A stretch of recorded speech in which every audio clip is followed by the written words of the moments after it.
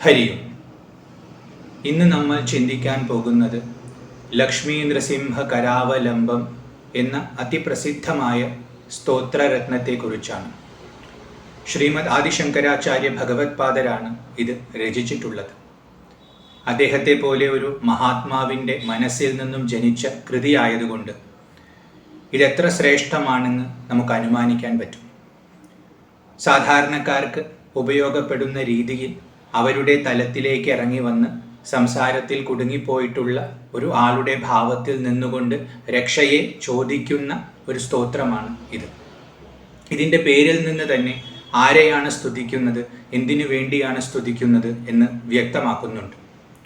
ലക്ഷ്മി നൃസിംഹം, ലക്ഷ്മി സമേതനായ നരസിംഹത്തെയാണ് ഇതിൽ സ്തുതിക്കുന്നത്. നരസിംഹം ഹിരണ്യകശിപുവിനെ വധിക്കാനായി, ഭക്തപ്രഹ്ലാദനെ സംരക്ഷിക്കാനായി തൂണു പിളർന്നുകൊണ്ടുവന്ന അവതാരം. മനുഷ്യനാണോ സിംഹമാണോ എന്ന് വേർതിരിച്ചറിയാൻ പറ്റാത്ത വിചിത്രമായ ഭാവം. ആ ഭാവം രൗദ്രതയുടെ പൂർണ്ണതയാണ്. രുദ്രൻ തന്നെയാണത് എന്ന് തോന്നിപ്പോകും. ആ ഭാവമാണ്. ധർമ്മം തെറ്റിക്കപ്പെടുമ്പോൾ ഉണ്ടാകുന്ന ധർമ്മരോഷമാണ് നരസിംഹത്തിൻ്റെ ഭാവം. അതടക്കാൻ ആർക്കും സാധിക്കില്ല, അത് ഉൾക്കൊള്ളാനും ആർക്കും സാധിക്കില്ല. അത്രയും തേജസ്സോടെ, അത്രയും ശക്തിയോടുകൂടി ജ്വലിച്ചു നിൽക്കുന്ന സൂര്യനെ പോലെയായിരുന്നു അവതാരം. അദ്ദേഹം ഹിരണ്യകശിപു വധം കഴിഞ്ഞിട്ടും തൻ്റെ ക്രോധമടക്കാതെ അലറുന്നത് കണ്ട സമയത്ത് ലക്ഷ്മി ഭഗവതിക്ക് പോലും അടുത്തു പോകാൻ പേടിയായിരുന്നു. എന്നാൽ ഭക്തോത്തമനായ പ്രഹ്ലാദൻ അദ്ദേഹത്തിൻ്റെ അടുത്ത് ചെല്ലുന്നു, അദ്ദേഹത്തിനെ ശാന്തമാക്കുന്നു. അപ്പോൾ പ്രഹ്ലാദനെ പോലെ ഭക്തിയുടെ പാരമ്യത്തിലെത്തിയ ഒരാൾക്ക് മാത്രമേ നരസിംഹത്തെ സമീപിക്കാൻ ധൈര്യമുണ്ടാകും. കാരണം ഭക്തിയുടെ പാരമ്യം എന്ന് പറഞ്ഞാൽ ഭക്തനും ഭഗവാനും ഒന്നാകുന്ന ഭാവമാണ്. അവിടെ ഭേദം ഒരല്പം പോലുമില്ല. തന്നെയായാണ് ഭക്തൻ ഭഗവാനെ കാണുന്നത്. ആത്മസ്വരൂപനായി പരമാനന്ദമഗ്നനായ ഹൃദയത്തോടു കൂടിയാണ് ഭക്തോത്തമൻ വസിക്കുന്നത്. അപ്പോൾ ആ ഭാവത്തിലിരിക്കുന്ന ഒരാൾക്ക് നരസിംഹത്തെ സമീപിക്കാൻ പറ്റും. എന്നാൽ നമ്മളെ പോലെയുള്ള സാധാരണക്കാർക്ക് നരസിംഹത്തിൻ്റെ അടുത്ത് പോകാൻ ഭയം തോന്നും. കാരണം അത്രയും രൗദ്രമായ ആ ഭാവത്തെ ഉൾക്കൊള്ളാൻ നമ്മുടെ ഹൃദയത്തിന് സാധിച്ചെന്ന് വരില്ല. അതുകൊണ്ടാണ് ഇവിടെ ലക്ഷ്മി നരസിംഹം എന്ന് എടുത്തു പറയുന്നത്. ലക്ഷ്മി സമേതനായ നരസിംഹഭാവമാണ്. അതായത് പ്രഹ്ലാദനെയൊക്കെ അനുഗ്രഹിച്ച് മനസ്സ് ശാന്തമായി പരമാനന്ദ ഭാവത്തിലിരിക്കുന്ന നരസിംഹം. അപ്പോഴാണ് ലക്ഷ്മി ദേവി അദ്ദേഹത്തിൻ്റെ അടുത്ത് വരുന്നത്. ആ ക്രോധമടങ്ങുന്നത് വരെയും ലക്ഷ്മി സമീപിക്കുന്നില്ല, ഭയന്ന് മാറി നിൽക്കുകയാണ്. അപ്പോൾ ലക്ഷ്മി സമേതനായ നരസിംഹമാണെന്ന് പറയുമ്പോൾ ശാന്തനാണ്, യോഗം നൽകുന്ന ഭാവത്തിലിരിക്കുന്ന ആനന്ദമൂർത്തിയാണ് നമ്മൾ ഇവിടെ ഉപാസിക്കുന്നത്. ഇനി ലക്ഷ്മി സാന്നിധ്യമുള്ളതുകൊണ്ട് ഐശ്വര്യത്തെ പ്രദാനം ചെയ്യുന്നവനാണ് എന്ന ധ്വനിയും ആ നാമത്തിലുണ്ട്. അപ്പോൾ നമുക്ക് ഐശ്വര്യം ലഭിക്കും അദ്ദേഹത്തെ ഉപാസിച്ചാൽ എന്നും ഇവിടെ മനസ്സിലാക്കാം. നമ്മൾ എന്തിനു വേണ്ടിയാണ് ഉപാസിക്കുന്നത്? അത് രണ്ടാമത്തെ പദം കരാവലംബം എന്ന പദത്തിലുണ്ട്. സംസാര സാഗരത്തിൽ മുങ്ങിത്താഴുന്ന ഒരു ഭക്തനെയാണ് ശങ്കരാചാര്യർ ഇവിടെ പ്രതിനിധാനം ചെയ്യുന്നത്.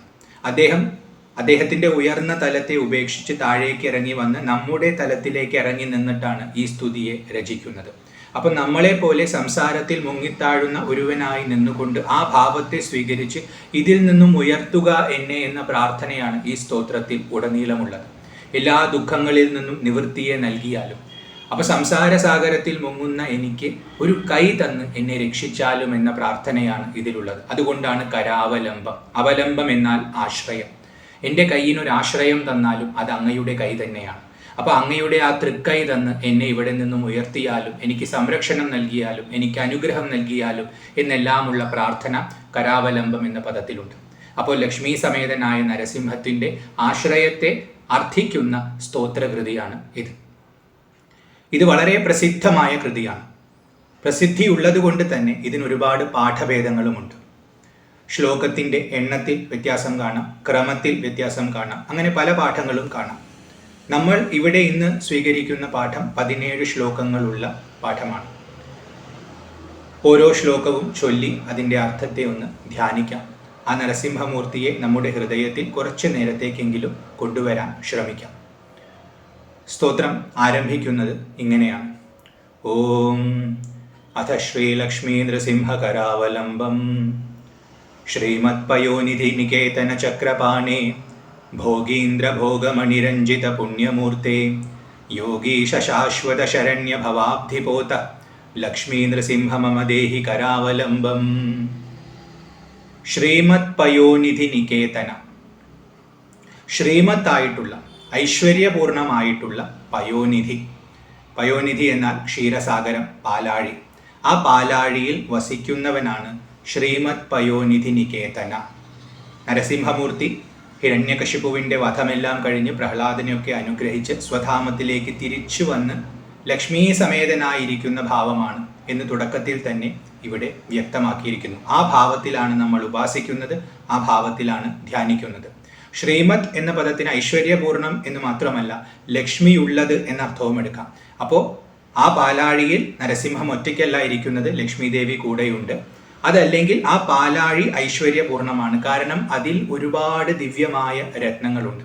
ഒരുപാട് ദിവ്യമായ, അമൂല്യം എന്ന് പറഞ്ഞാൽ അത്രയും അമൂല്യം. കാരണം സുരന്മാർക്ക് പോലും ആഗ്രഹിക്കത്തക്കതായ രത്നങ്ങളുണ്ട്.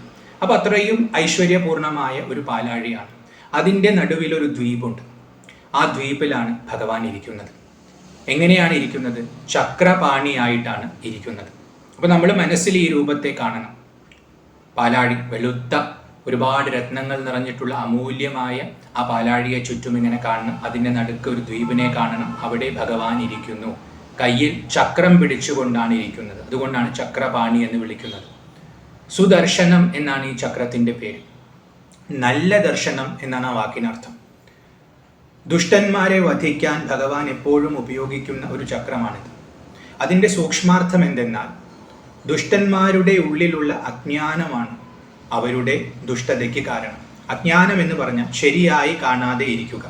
അപ്പോൾ അവർക്ക് ശരിയായ ദർശനത്തെ, ശരിയായ കാഴ്ചയെ നൽകിയാൽ അവരുടെ ദുഷ്ടതകൾ ഇല്ലാതെയാകും, അവർക്ക് ഉയരാൻ സാധിക്കും. അപ്പോൾ ശരിയായ കാഴ്ചയെ നൽകുന്നവനാണ്, ജ്ഞാനത്തെ പ്രദാനം ചെയ്യുന്നവനാണ് ഭഗവാൻ എന്ന് സൂചിപ്പിക്കാൻ സുദർശന ചക്രത്തെ കയ്യിൽ പിടിച്ചിരിക്കുന്നു. കാലത്തിൻ്റെ സ്വരൂപമായിട്ടും ഈ ചക്രത്തെ കണക്കാക്കാറുണ്ട്. കാലത്തെ ധരിച്ചിരിക്കുന്നത് ഭഗവാനാണ്, കാലത്തെ നിയന്ത്രിക്കുന്നത് ഭഗവാനാണ്. അപ്പോൾ ഇവിടെ ഈ സംബോധന നടത്തുന്നതിലൂടെ കാലദോഷങ്ങളെ അകറ്റിത്തരണം എന്ന പ്രാർത്ഥനയുമുണ്ട്. കാരണം കാലം നിയന്ത്രിക്കുന്നത് അങ്ങാണ്. അപ്പോൾ കാലത്തിൻ്റെ പ്രവാഹം കൊണ്ട് എനിക്കുണ്ടാകുന്ന ദോഷങ്ങളെല്ലാം അകറ്റിത്തരണം എന്ന പ്രാർത്ഥനയും എനിക്ക് നല്ല ദർശനത്തെ നൽകണം എന്ന പ്രാർത്ഥനയും ഇതിലുണ്ട്. അതായത് ജ്ഞാനത്തെയും എനിക്ക് പ്രദാനം ചെയ്യണം. അത് കഴിഞ്ഞു പറയുന്നു, ഭോഗീന്ദ്ര ഭോഗമണിരഞ്ജിത പുണ്യമൂർത്തേ. അദ്ദേഹം പാലാഴിയിലാണ് ഇരിക്കുന്നത് എന്ന് നമ്മൾ കണ്ടു. അവിടെ ഒരു ദ്വീപിലാണ്. അവിടെ എവിടെയാണ് ഇരിക്കുന്നത്? അദ്ദേഹത്തിൻ്റെ ആസനം എന്താണെന്ന് ചോദിച്ചാൽ അത് ഭോഗീന്ദ്രനാണ് ആസനം. ഭോഗീന്ദ്രൻ എന്നാൽ സർപ്പങ്ങളുടെ രാജാവ്, അനന്തൻ, ശേഷൻ എന്നൊക്കെ അദ്ദേഹത്തിന് പേരുണ്ട്. ആ അനന്തൻ്റെ പുറത്താണ് ഭഗവാൻ ഇരിക്കുന്നത്. അനന്തൻ തൻ്റെ ദേഹത്തെ ഇങ്ങനെ ചുരുട്ടി ചുരുട്ടി വെച്ചിട്ടുണ്ട്. പത്തി മുകളിൽ ഇങ്ങനെ വിടർത്തി വെച്ചിട്ടുണ്ട്. അവിടെയാണ് ഭഗവാൻ ഇരിക്കുന്നത്. അപ്പോൾ ഭഗവാന്റെ മുകളിൽ അനന്തൻ്റെ പത്തികൾ ഇങ്ങനെ വിടർന്നു നിൽക്കുന്നുണ്ട്. 1000 പത്തികളുണ്ട് അനന്തന് എന്ന് പറയുന്നു. 1000 എന്നുള്ളത് അനന്തതയുടെ സൂചനയാണ്. അപ്പോൾ എത്ര പത്തി ഉണ്ടെന്ന് പറയാൻ പറ്റില്ല, എണ്ണി തിട്ടപ്പെടുത്താൻ പറ്റില്ല. അത്രയും അധികം പത്തികളുണ്ട് എന്നർത്ഥവും, അതല്ലെങ്കിൽ 1000 പത്തികൾ ഉണ്ടെന്നും അനുമാനിക്കാം. ആ ഓരോ പത്തിയിലും ഓരോ രത്നങ്ങളുണ്ട്. വിവിധ നിറത്തിലുള്ള രത്നങ്ങളാണവ, അമൂല്യമായ രത്നങ്ങളാണവ. ആ രത്നങ്ങൾക്ക് വിവിധ നിറമുണ്ട്, വിവിധ കാന്തിയുണ്ട്. ആ കാന്തിയെല്ലാം ഭഗവാന്റെ മുകളിൽ ഇങ്ങനെ പത്തി വിടർത്തി നിൽക്കുന്നത് കൊണ്ട് ആ കാന്തിയെല്ലാം ഭഗവാന്റെ ദേഹത്തിൽ തട്ടുന്നുണ്ട്. ഭഗവാൻ സ്വയം ശോഭയുള്ളവനാണ്, സ്വയം കാന്തിയുള്ളവനാണ്, ദിവ്യമായ തേജസ്സുള്ളവനാണ്. അപ്പോൾ ഭഗവാന്റെ ആ ദിവ്യമായ ദേഹ തേജസ്സിനോടുകൂടി ഈ രത്നങ്ങളുടെ എല്ലാം വിവിധമായ നിറങ്ങൾ ചേർന്ന് വിചിത്രമായ ഒരു വർണ്ണത്തിലാണ് ഭഗവാൻ ഇരിക്കുന്നത്. അതുകൊണ്ടാണ് ഭോഗീന്ദ്ര ഭോഗമണി രഞ്ജിത പുണ്യമൂർത്തെ. ഭോഗീന്ദ്ര ഭോഗം എന്ന് പറഞ്ഞാൽ ഭോഗീന്ദ്രന്റെ, പാമ്പിന്റെ പത്തികൾ. ആ പത്തികളിലുള്ള മണികളാൽ രഞ്ജിതമായിട്ടുള്ള പുണ്യമൂർത്തിയാണ് ഭഗവാൻ.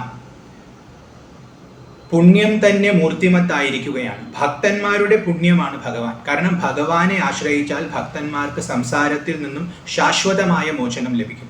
സംസാരത്തിൽ ഉള്ള സമയത്ത് ഇവിടെ ഉണ്ടാകുന്ന ദുഃഖവും ഭഗവാൻ പരിഹരിക്കും. അപ്പോൾ ഭക്തരുടെ പുണ്യം തന്നെയാണ് ഭഗവാൻ. അതുകൊണ്ട് പുണ്യമൂർത്തിയാണ്. പുണ്യം മൂർത്തിമത്തായി ഇരിക്കുകയാണ്.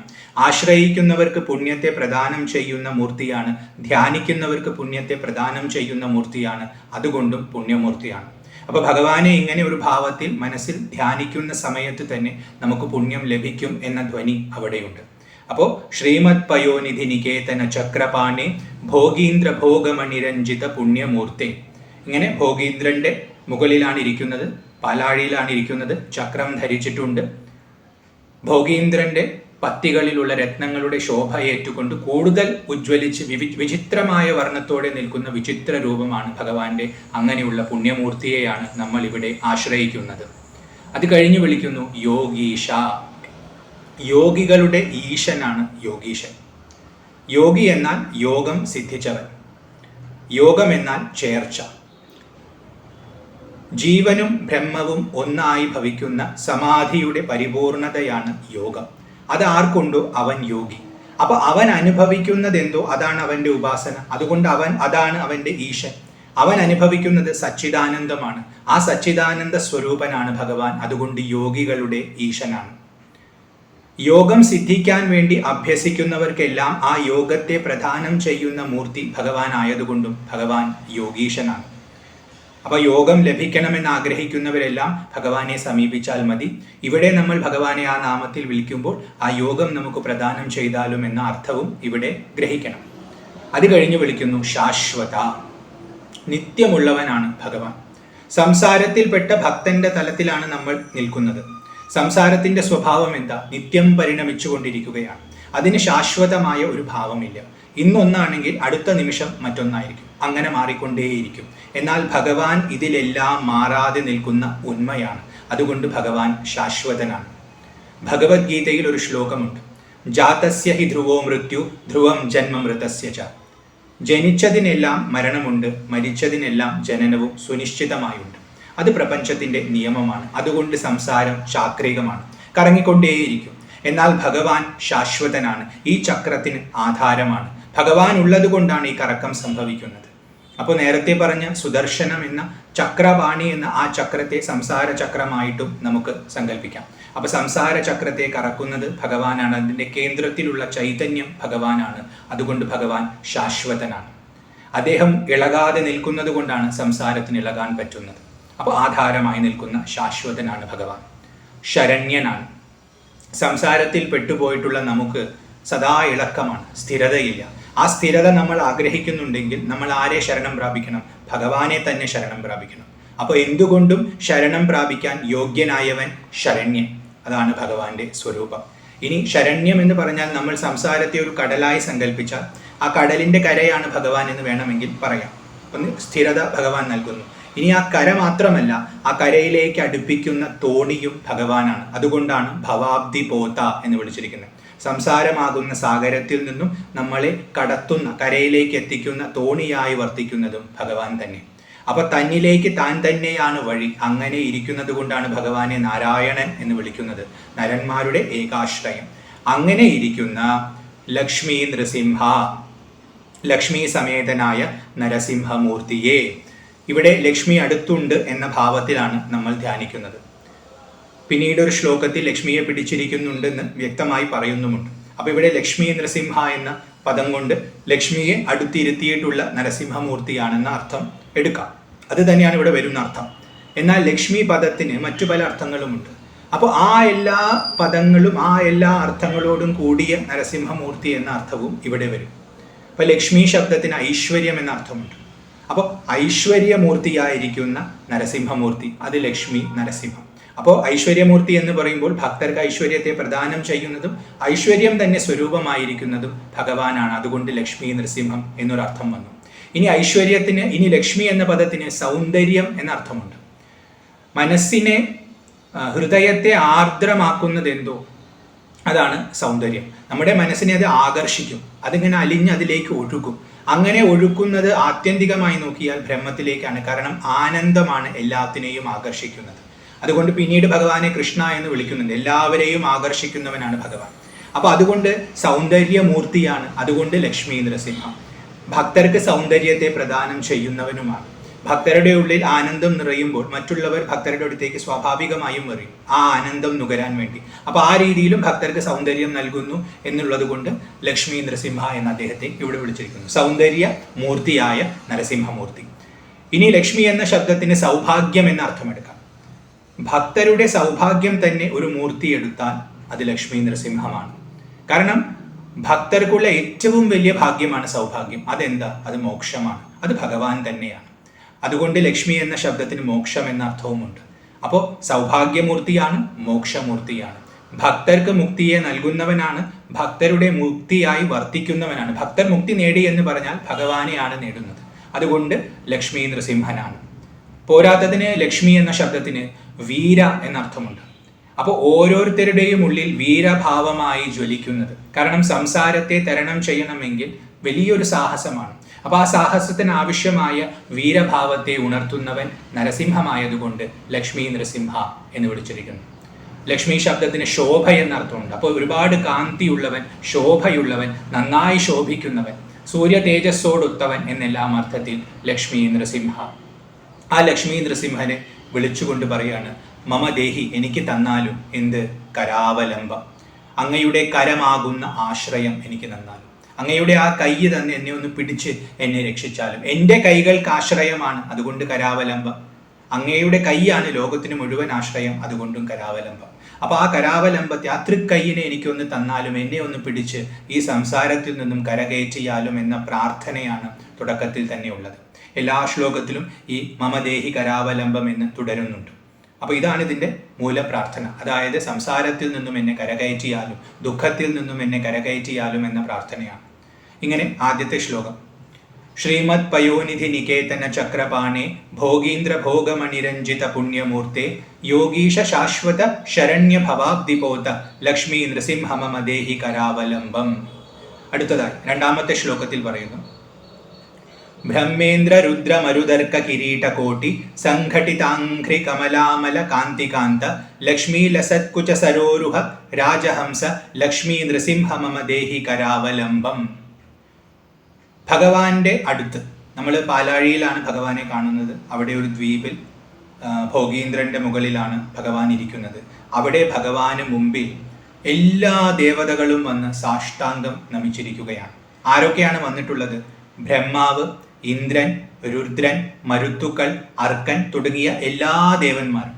കാരണം ദേവതകൾ പ്രപഞ്ചത്തിലെ ശക്തികളാണ്, പ്രപഞ്ചത്തെ നിയന്ത്രിക്കുന്ന ശക്തികളാണ്. ആ ശക്തികൾക്ക് മുഴുവൻ ശക്തിയെ പ്രദാനം ചെയ്യുന്നവൻ നരസിംഹമൂർത്തിയാണ്. അതുകൊണ്ട് ഭഗവാന്റെ അടുത്ത് വന്ന് അവർ ഭഗവാനെ ശരണം പ്രാപിച്ചിരിക്കുന്നു. അവർ പോലും ശരണം പ്രാപിച്ചിരിക്കുന്നുവെങ്കിൽ നമുക്കൊക്കെ തീർച്ചയായും ശരണം പ്രാപിക്കാൻ യോഗ്യനായവനാണ്, ശരണ്യനാണ്. അപ്പൊ അങ്ങനെ ബ്രഹ്മാവ്, ഇന്ദ്രൻ, രുദ്രൻ, മരുത്തുക്കൾ, അർക്കൻ തുടങ്ങിയിട്ടുള്ള ആൾക്കാരെല്ലാം കൂട്ടമായി സംഘടിതമായിട്ടാണ് ഭഗവാന്റെ മുമ്പിൽ നിരന്നിങ്ങനെ കിടക്കുകയാണ്, ഭഗവാന്റെ തൃപ്പാദങ്ങളുടെ മുമ്പിൽ. അങ്ങനെ നിരന്ന് കിടക്കുന്ന സമയത്ത് ഇവരുടെ എല്ലാം ശിരസിൽ കിരീടങ്ങളുണ്ട്. ദേവന്മാരാണല്ലോ, അപ്പോൾ വളരെ ദിവ്യമായ കിരീടങ്ങൾ ശിരസിൽ അണിഞ്ഞിട്ടാണ്. അപ്പോൾ ആ കിരീടങ്ങളെല്ലാം ഭഗവാന്റെ മുമ്പിൽ ഇങ്ങനെ നിരന്ന് നിൽക്കുകയാണ്. ഈ കിരീടങ്ങളുടെ കോട്ടി എന്ന് പറഞ്ഞാൽ അഗ്രഭാഗമാണ്, ഏറ്റവും മുകളിലത്തെ ഭാഗമാണ്. അപ്പൊ കിരീടങ്ങൾ ഇങ്ങനെ എല്ലാം മുമ്പിൽ ഇങ്ങനെ കിടക്കുകയാണ് ഭഗവാന്റെ പാദപത്മങ്ങളുടെ. അപ്പൊ ഭഗവാന്റെ പാദപത്മങ്ങൾക്ക് അമലമായ കാന്തിയുണ്ട്, പരിശുദ്ധമായ ശോഭയുണ്ട്. പരിശുദ്ധം എന്ന് വിളിക്കുന്നത് അതിലൊരു കലർപ്പുമില്ല. സാധാരണ എന്തെങ്കിലും ഒരു പ്രകാശം തട്ടി ഫലിക്കുന്നതാണ് നമ്മൾ ഇവിടെ കാണുന്നതല്ല. എന്നാൽ ഇത് ശുദ്ധമായ പ്രകാശമാണ്. കാരണം എല്ലാ പ്രകാശത്തിൻ്റെയും ഉറവിടം ഈ പ്രകാശമാണ്. ആ കാന്തി ഭഗവാന്റെയാണ്. അപ്പൊ ഭഗവാന്റെ പാദപത്മങ്ങൾക്ക് മുമ്പിൽ ഇങ്ങനെ നിരന്ന് കിടക്കുന്നത് കൊണ്ട് ഭഗവാന്റെ പാദപത്മങ്ങളിലെ കാന്തി തട്ടി ഈ കിരീടങ്ങളുടെ കോട്ടി, അതായത് മുകൾ ഭാഗം ശോഭിക്കുന്നു, തിളങ്ങുന്നു. അപ്പൊ പെട്ടെന്ന് നോക്കിക്കഴിഞ്ഞാൽ ഒരുപാട് വിളക്കുകൾ ഭഗവാന് മുമ്പിൽ സമർപ്പിച്ചു വെച്ച പോലെ ഭഗവാൻ ഇരിക്കുകയാണ്. അപ്പൊ അഗ്നി ഇങ്ങനെ ജ്വലിപ്പിച്ച് ഭഗവാന്റെ മുമ്പിൽ ദീപം തെളിയിച്ച് അവര് നമിക്കുന്ന പോലെ നമുക്ക് തോന്നും. അപ്പൊ ദേവന്മാരെല്ലാം ദീപങ്ങളായി ഭവിച്ച പോലെ തോന്നും. അത്രയും ശോഭയാണ് അവിടെ. കാരണം ഭഗവാന്റെ കാലിന്റെ കാന്തി, അമലമായ കാന്തി തട്ടിയിട്ട് അതിഥിയാണ്. അപ്പൊ അത്രയും കാന്തി ഉള്ളവനാണ് ഭഗവാൻ. ഇത്രയും വലിയ വലിയ ദേവന്മാരെല്ലാം ഭഗവാന്റെ മുമ്പിൽ സാഷ്ടാംഗം നമിച്ചിരിക്കുന്നു. അത്രയും വൈഭവമുള്ളവനാണ് അദ്ദേഹം എന്ന് ഇവിടെ വ്യക്തമാക്കിയിരിക്കുന്നു. അതാണ് ബ്രഹ്മേന്ദ്ര രുദ്ര മരുദർക്ക കിരീടകോട്ടി സംഘടിതാംഘ്രി കമലാമല കാന്തികാന്ത. അങ്ങനത്തെ കാന്തിയോടൊത്തവനാണ് ഭഗവാൻ. അത് കഴിഞ്ഞ് പറയുന്നു ലക്ഷ്മി ലസത്കുച സരോരുഹ രാജഹംസ. ഭഗവാൻ ഒരു രാജഹംസമാണ്. രാജഹംസം എന്നാൽ അരയന്നം. അരയന്നം എവിടെയാണ് ഇരിക്കുന്നത്? താമരയിലാണ് ഇരിക്കുന്നത്. ഏത് താമരയിലാണ് ഇരിക്കുന്നത്? ഹൃദയമാകുന്ന താമരയിലാണ് ഇരിക്കുന്നത്. എങ്ങനത്തെ ഹൃദയമാണത്? ലക്ഷ്മി വസിക്കുന്ന ഹൃദയമായ താമരയിലാണ്. അതായത് ഭഗവാനെ ഭക്തർ ധ്യാനിക്കുന്ന സമയത്ത് ഭഗവാൻ ഹൃദയത്തിൽ ആവിർഭവിക്കും. അപ്പൊ ഭഗവാന്റെ ആ സ്മരണ കൊണ്ട് തന്നെ ഹൃദയം പരിശുദ്ധമാകും. ഒരു താമര പോലെ അത് വിരിഞ്ഞു നിൽക്കും. അതിന്റെ പൂർണ്ണ ആനന്ദം അതിൽ തെളിയും. അതാണ് ആ താമര പോലെ വിരിഞ്ഞു നിൽക്കുന്നത്. അപ്പൊ അവിടെ ആ അനന്താനന്ദാനുഭൂതിയായിട്ട്, അഖണ്ഡാനന്ദാനുഭൂതിയായിട്ട് ഭഗവാൻ ശോഭിക്കും. ആ ഭഗവാന്റെ ശോഭയെ ഒരു അരയന്നമായിട്ട് ഉപമിച്ചിരിക്കുകയാണ്. അങ്ങനെ അരയന്നമായി ഹൃദയത്തിൽ വസിക്കുന്നു. ഭഗവാൻ എവിടെയുണ്ടോ അവിടെ ലക്ഷ്മി കളിയാടും. അപ്പൊ ഭഗവാൻ അവിടെ ഉണ്ടെങ്കിൽ അവിടെ ലക്ഷ്മി ഉണ്ടാകും. ആ ഹൃദയത്തിൽ ലക്ഷ്മി വസിക്കും. അതുകൊണ്ട് ആ ഹൃദയത്തിൽ ഐശ്വര്യം ഉണ്ടാവും. ആ വ്യക്തിക്കും ഐശ്വര്യം ഉണ്ടാവും. അപ്പൊ ഭഗവാന്റെ ഭക്തരാകുന്ന ഹൃദയകമലത്തിൽ, ഭഗവാന്റെ ഭക്തരുടെ ഹൃദയകമലത്തിൽ ഭഗവാൻ രാജഹംസമായി ശോഭിക്കുന്നു എന്നർത്ഥം. ഇനി ലക്ഷ്മി ദേവിയുടെ മനസ്സിൽ ഭഗവാൻ രാജഹംസമായി വസിക്കുന്നു എന്നർത്ഥവും എടുക്കാം. കാരണം ലക്ഷ്മി തന്റെ മനസ്സിൽ ഭഗവാനെ സദാ ധ്യാനിച്ചു കൊണ്ടിരിക്കുകയാണ്. അപ്പൊ ലക്ഷ്മിയുടെ ഹൃദയത്തെ നമുക്കൊരു താമരയായിട്ട് സങ്കല്പിച്ചാൽ ആ താമരയിൽ ശോഭിക്കുന്നവനാണ് ഭഗവാൻ. അങ്ങനെയുള്ള രാജഹംസമായിരിക്കുന്ന ഭഗവാനെ ലക്ഷ്മി നൃസിംഹ മമ ദേഹി കരാവലംബം, അങ്ങയുടെ ദിവ്യമായ ഭവ്യമായ ലോകാശ്രയകരമായ ആ കരാവലംബത്തെ എനിക്ക് തന്നാലും അല്ലയോ ലക്ഷ്മി നരസിംഹ എന്നാണ് ഇവിടെ പ്രാർത്ഥിക്കുന്നത്. ബ്രഹ്മേന്ദ്ര രുദ്രമരുദർക്ക കിരീടകോട്ടി സംഘടിതാംഘ്രി കമലാമല കാന്തികാന്ത ലക്ഷ്മീ ലസത്കുചർ സരോരുഹ രാജഹംസ ലക്ഷ്മീ നൃസിംഹ മമ ദേഹി കരാവലംബം. ഇതാണ് രണ്ടാമത്തെ ശ്ലോകം. ഇനി അടുത്തത് മൂന്നാമത്തെ ശ്ലോകമാണ്. സംസാര ഘോരഗഹനേ ചരതോ മുരാരേ മാരോഗ്ര ഭീകര മൃഗപ്രവരാർദിതസ്യ ആർത്തസ്യ മത്സര നിദാഘ നിപീഡിതസ്യ ലക്ഷ്മീ നൃസിംഹ മമ ദേഹി കരാവലംബം. ആദ്യത്തെ രണ്ട് ശ്ലോകത്തിലും ഭഗവാന്റെ മഹിമയെ, ഭഗവാന്റെ ആ അവസ്ഥയെയാണ് സ്തുതിച്ചത്. ഇനി ഇവിടുന്ന് അങ്ങോട്ട് ഭക്തന്റെ അവസ്ഥയെ കാണിച്ചുകൊണ്ട് രക്ഷയാചിക്കുകയാണ്. ഭക്തൻ സംസാരത്തിൽ കുടുങ്ങിപ്പോയിട്ടുള്ള തലത്തിലാണ് ഇവിടെയുള്ളത്. അപ്പൊ സാധാരണക്കാരനായ ഭക്തന്റെ തലത്തിലേക്ക് ആചാര്യസ്വാമികൾ ഇറങ്ങി വന്നിരിക്കുന്നു. എന്നിട്ട് നമുക്ക് പ്രതിനിധി എന്ന രീതിയിൽ, നമ്മുടെ പ്രതിനിധി എന്ന രീതിയിൽ ഭഗവാനോട് സംസാരിക്കുകയാണ്. അപ്പൊ നമുക്ക് എല്ലാം ചൊല്ലാൻ പറ്റുന്ന ഭാവം ആചാര്യസ്വാമികൾ ഇവിടെ വ്യക്തമാക്കിയിരിക്കുന്നു. ഇവിടെ പറയുന്നു, ഞാൻ, അതായത് ഭക്തൻ ചരിക്കുകയാണ്. ശരതഃ, എവിടെയാണ് ചരിക്കുന്നത്? ഒരു കാട്ടിലാണ്. ഒരു കാട്ടിൽ ചരിച്ചുകൊണ്ടിരിക്കുകയാണ് ഞാൻ. ഏതാണ് ഈ കാട്? സംസാരമാണ് ഈ കാട്. എങ്ങനത്തെ കാടാണ്? ഘോരമാണ്, ഗഹനമാണ്. വളരെ വലിയ വൃക്ഷങ്ങൾ നിബിഡമായി വളർന്നിരിക്കുന്നു. ഇതിൻ്റെ ഉള്ളിൽ ഞാൻ ചരിച്ചുകൊണ്ടിരിക്കുകയാണ്. നിബിഡമായി വളർന്നു നിൽക്കുന്നത് കൊണ്ട് ഇവിടെ ഇരുട്ടുണ്ട്. അവ ഭയാനകമാണ്. എങ്ങോട്ട് പോകണമെന്ന വ്യക്തതയുമില്ല. അങ്ങനത്തെ ഒരു കാട്ടിൽ ഞാൻ ചരിച്ചുകൊണ്ടിരിക്കുകയാണ്. ഞാൻ ഇവിടെ എങ്ങനെ എത്തിപ്പെട്ടു എന്ന് എനിക്കറിയില്ല. ഞാൻ പക്ഷേ ഇപ്പോൾ ഈ കാട്ടിലാണ് ഞാൻ നടക്കുന്നു. വഴി എനിക്ക് വ്യക്തമല്ല. അങ്ങനത്തെ സംസാര ഘോര ഗഹനെ ചരതഃ, ചരിച്ചുകൊണ്ടിരിക്കുന്നവനാണ് ഞാൻ. എന്നിട്ട് ഭഗവാനെ വിളിക്കുകയാണ് മുരാരേ. മുരൻ എന്ന അസുരനെ വധിച്ചവൻ. അപ്പൊ മുരൻ എന്ന അസുരന്റെ ശത്രു അരി ആരോ, അവൻ മുരാരി, അവനെ വിളിക്കുകയാണ്. ഇനി മുര എന്ന ശബ്ദത്തിന് കെട്ടൽ എന്നർത്ഥമുണ്ട്, ബന്ധനം എന്നർത്ഥമുണ്ട്. അപ്പൊ മുരന്റെ ശത്രു എന്ന് പറഞ്ഞാൽ ബന്ധനത്തിന്റെ ശത്രു, ബന്ധനത്തെ ഇല്ലാതെയാക്കുന്നവൻ, മോചനത്തെ നൽകുന്നവൻ. അപ്പൊ മുക്തിയെ നൽകുന്ന മുകുന്ദനാണ് ഇവിടെ മുരാരെ എന്ന ശബ്ദം കൊണ്ട് വിളിക്കുന്നത്. നമ്മൾ ഭക്തർ ഇവിടെ സംസാരമാകുന്ന കാട്ടിൽ ചരിക്കുകയാണ്. നമുക്ക് വഴി അറിയുന്നില്ല. അപ്പൊ നമ്മൾ കെട്ടിയിട്ട പോലത്തെ അവസ്ഥയാണ്. ഇതിന് പുറത്തേക്ക് പോകാൻ നമുക്ക് പറ്റുന്നില്ല. അതുകൊണ്ട് മുരാരി എന്ന് വിളിക്കണം. നീ മോചനത്തെ നൽകുന്നവനാണ്, നീ ബന്ധനത്തിന്റെ ശത്രുവാണ്. അപ്പൊ ഇവിടെ കുടുങ്ങിയിട്ടുള്ള എന്നെ മോചിപ്പിച്ചാലും എന്ന ധ്വനി ആ വിളിയിൽ, ആ സംബോധനയിൽ ഉണ്ട്. അപ്പോൾ സംസാര ഘോരഗഹനെ ചരതോ മുരാരെ, അങ്ങനെ ചരിക്കുന്ന അല്ലയോ മുരാരെ, ഞാൻ അങ്ങനെ ചരിച്ചുകൊണ്ടിരിക്കുന്ന സംസാരത്തിൽ. മാരോഗ്ര ഭീകര മൃഗപ്രവരാർദി തസ്യ, ഞാൻ ഇങ്ങനെ ഇവിടെ അർദ്ദിതനായിട്ടാണ് ചരിക്കുന്നത്. അർദ്ദിതൻ എന്ന് പറഞ്ഞു കഴിഞ്ഞാൽ വേദനിക്കപ്പെടുന്നവൻ എന്നാണ് അർത്ഥം. വേദനിപ്പിക്കുന്നുണ്ട് എന്നെ ആരോ. ആരാണ് വേദനിപ്പിക്കുന്നത്? മാരനാണ്. മാരൻ എന്ന് പറഞ്ഞാൽ കാമമാണ്, ആഗ്രഹങ്ങൾ. ആഗ്രഹങ്ങളെ ഇവിടെ ഒരു മൃഗമായിട്ടാണ് ഉപമിച്ചിട്ടുള്ളത്. ഉഗ്ര ഭീകര മൃഗ പ്രവര എന്നാണ് പറയുന്നത്. ഉഗ്രമായ, ഭീകരമായ, ഉഗ്രം എന്ന് പറഞ്ഞാൽ അടുക്കാൻ പോലും പറ്റില്ല, അത്രയും ഉഗ്രമാണ്, ഭയത്തെ ജനിപ്പിക്കുന്നതാണ്. അങ്ങനെ ഉഗ്രവും ഭീകരവുമായിട്ടുള്ള മൃഗപ്രവര. പ്രവരൻ എന്ന് പറഞ്ഞാൽ അതിശക്തൻ. മൃഗമാണ്, അതിശക്തമായ ഒരു മൃഗമാണ്. ഈ കാട്ടിലെ രാജാവ് എന്ന് തന്നെ വേണമെങ്കിൽ വിശേഷിപ്പിക്കാം. അപ്പൊ അങ്ങനത്തെ ഒരു മൃഗേന്ദ്രനായിട്ട്, മൃഗപ്രവരനായിട്ട് മാരൻ, കാമം സഞ്ചരിക്കുന്നുണ്ട്. അപ്പൊ ഈ കാട്ടിൽ വഴിയറിയാതെ സഞ്ചരിക്കുന്ന എന്നെ ഈ മാരൻ വന്ന് ഇടയ്ക്കിടയ്ക്ക് അടിക്കുന്നുണ്ട്. ആ അടി സഹിച്ച്, അതിൻ്റെ വേദനയെ ഞാൻ സഹിച്ചുകൊണ്ടിരിക്കുകയാണ്. കാമത്തിന്റെ അടിയാണ് നമ്മൾ സദാ അനുഭവിച്ചു കൊണ്ടിരിക്കുന്നത്. നമ്മൾ ഇവിടെ വന്നതും ആഗ്രഹങ്ങൾ ഉള്ളത് കൊണ്ടാണ്, ഇവിടെ ചരിക്കുന്നതും ആഗ്രഹങ്ങൾ ഉള്ളത് കൊണ്ടാണ്. ഈ ആഗ്രഹങ്ങൾ ഉള്ളത് വരെയും നമുക്ക് സുഖവും ദുഃഖവും മാറി മാറി വന്നുകൊണ്ടിരിക്കും. ഈ ദ്വന്ദ്വങ്ങൾ മാറി മാറി വരുന്നതിനെയാണ് ഇവിടെ പ്രഹരമായിട്ട് പറയുന്നത്, അടിയായിട്ട് പറയുന്നത്. ആ അടിയേറ്റ് ദുഃഖിക്കുകയാണ് ഓരോ ജീവനും. അപ്പോൾ മാരനാകുന്ന ഉഗ്രമായ ഭീകരമായ മൃഗപ്രവരനാൽ അർദ്ദിതനാണ് ഞാൻ. സംസാരമായ ഘോരഗഹനമായ വനത്തിൽ ചരിച്ചുകൊണ്ടിരിക്കുമ്പോൾ ഈ അടി എനിക്ക് ഇടയ്ക്കിടയ്ക്ക് കിട്ടുന്നുണ്ട്. അല്ലയോ മുരാരേ, ആർത്തസ്യ, ഞാൻ ആർത്തനാണ്, ദുഃഖിതനാണ്. ഇടയ്ക്കിടയ്ക്ക് എനിക്ക് അടി കിട്ടിക്കൊണ്ടിരിക്കുന്നുണ്ടെങ്കിൽ സ്വാഭാവികമായിട്ടും എനിക്ക് ദുഃഖമുണ്ടാകും. ഇനി മാരന്റെ പ്രഹരം തന്നെ ദുഃഖമാണ്. കാരണം സുഖം ദുഃഖം സുഖം ദുഃഖം എന്ന് മാറി മാറി വരും. അപ്പൊ ദുഃഖം ഈ അടിയുടെ ഭാഗമായി തന്നെയാണ്. അതുകൊണ്ട് ഞാൻ ദുഃഖിതനാണ്. മത്സര നിദാഗ നിപീഡിതസ്യ, ഇവിടെ ഇരുട്ടുണ്ട്, നിബിഡമാണ്. ഇവിടെ ഒരു മൃഗമുണ്ട്, ആ മൃഗത്തിന്റെ അടി എനിക്ക് കിട്ടുന്നുണ്ട്. പക്ഷെ ഇത് മാത്രമല്ല, ഇവിടെ അതിയായ താപമുണ്ട്, ഉഷ്ണമുണ്ട്, ചൂടുണ്ട്. എന്താണ് ആ താപം? മത്സരമാണ് ആ താപം. മത്സരം എന്ന് പറഞ്ഞാൽ ഇനിയും വേണം ഇനിയും വേണം എന്നുള്ള സ്പർദ്ധാബുദ്ധിയാണ്. അതായത് ഒരു വ്യക്തി തന്നിൽ ശ്രദ്ധ കേന്ദ്രീകരിക്കാതെ മറ്റുള്ളവരെ എല്ലാം നോക്കി താരതമ്യപ്പെടുത്തി തൻ്റെ ജീവിതത്തെ വിലയിരുത്തുന്നതാണ് യഥാർത്ഥത്തിൽ സ്പർദ്ധയുടെ സ്വഭാവം. അപ്പൊ അയാളേക്കാൾ കൂടുതൽ എനിക്ക് വേണം, അയാൾക്കുള്ളത് എനിക്ക് വേണം, എനിക്കുള്ളത് മറ്റാർക്കും കിട്ടാൻ പാടില്ല, എങ്ങനെയെല്ലാമുള്ള സ്പർദ്ധയുണ്ടാവും. ഈ സ്പർദ്ധ മനസ്സിനിങ്ങനെ മഥിച്ചുകൊണ്ടിരിക്കും. അത് നമ്മുടെ ഉള്ളിൽ താപത്തെ ജനിപ്പിക്കും. അതുകൊണ്ടാണ് ഇവിടെ മത്സരത്തെ നിദാഘമായിട്ട് ഉപമിച്ചിട്ടുള്ളത്, അതായത് താപമായിട്ട് ഉപമിച്ചിട്ടുള്ളത്. ആ താപയാൽ ഞാൻ സദാ പീഡിപ്പിക്കപ്പെടുകയാണ്. ആ താപം എന്നെ എങ്ങനെ പീഡിപ്പിച്ചുകൊണ്ടിരിക്കുകയാണ്. അപ്പൊ മത്സര ബുദ്ധിയുണ്ട്. മത്സര ശബ്ദത്തിന് ക്രോധം എന്ന അർത്ഥവുമുണ്ട്. അപ്പൊ നമ്മൾ ആഗ്രഹിക്കുന്നത് നടക്കാതെ വരുമ്പോൾ നമുക്ക് ക്രോധം ജനിക്കും. ആ ക്രോധവും താപമാണ്. അപ്പോൾ ഇങ്ങനെ മത്സരമാകുന്ന താപത്താൽ ഞാൻ ദുഃഖിക്കുകയാണ്, ആർത്തനാണ് ഞാൻ. മാത്രവുമല്ല, കാമൻ ഇടയ്ക്കിടയ്ക്ക് വന്ന് എന്നെ അടിക്കുന്നുണ്ട്. അതിൻ്റെ പ്രഹരം, ആ വേദനയും സഹിച്ചുകൊണ്ട് ഞാൻ ദുഃഖിതനാണ്.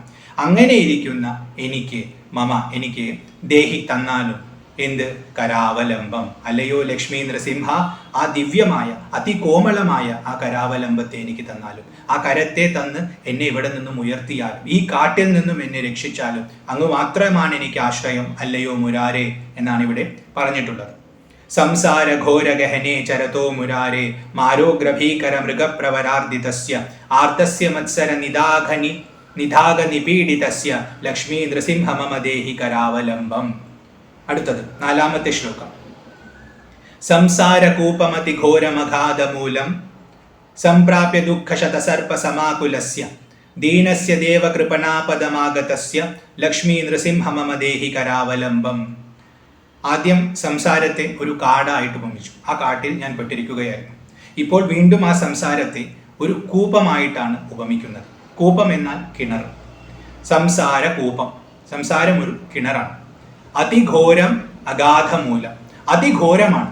ഇത് ഉൾക്കൊള്ളാൻ, താങ്ങാൻ പറ്റാത്ത വിധം ഒരു അവസ്ഥയാണ് ഈ കിണറിനുള്ളത്.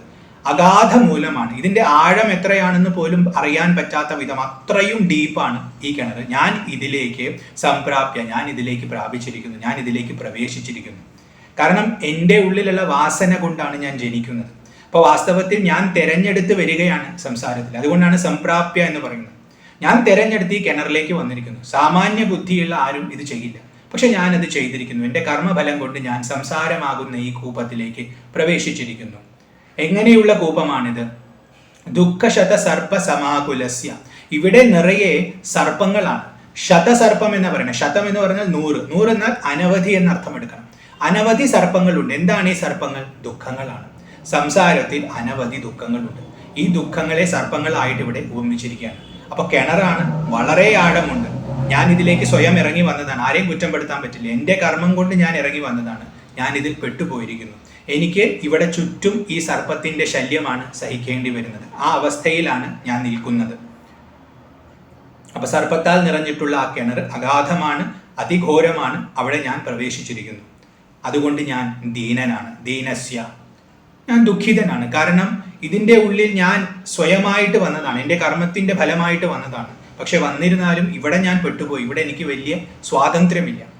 അത് കഴിഞ്ഞ് അദ്ദേഹത്തെ വിളിക്കുന്നു ദേവ. ദേവശബ്ദത്തിന് ഇവിടെ അർത്ഥം വരുന്നത് ദാതാവ് എന്നാണ്. അതായത് ദാനം കൊടുക്കുന്നവനാണ് ദേവൻ. ഇവിടെ ഭഗവാൻ ആശ്രയത്തെ യാചിക്കുകയാണ്, ഭഗവാന്റെ കരാവലംബത്തെ യാചിക്കുകയാണ്. അപ്പോൾ അത് നൽകാൻ കെൽപ്പുള്ളവനാണ് താങ്കൾ എന്ന് സൂചിപ്പിക്കാനായിട്ട് ദേവശബ്ദം ഇവിടെ ഉപയോഗിച്ചിരിക്കുന്നു. അതുപോലെ ദേവശബ്ദത്തിന് പൂജ്യൻ എന്ന അർത്ഥവുമുണ്ട്. എല്ലാവരാലും പൂജിക്കപ്പെടേണ്ടത് അങ്ങ് തന്നെയാണ്, എല്ലാവർക്കും അങ്ങ് പൂജ്യനാണ്, അതുകൊണ്ട് അങ്ങ് ദേവനാണ്. അപ്പോൾ ദേവ എന്ന് നരസിംഹമൂർത്തിയെ വിളിച്ചിരിക്കുന്നു.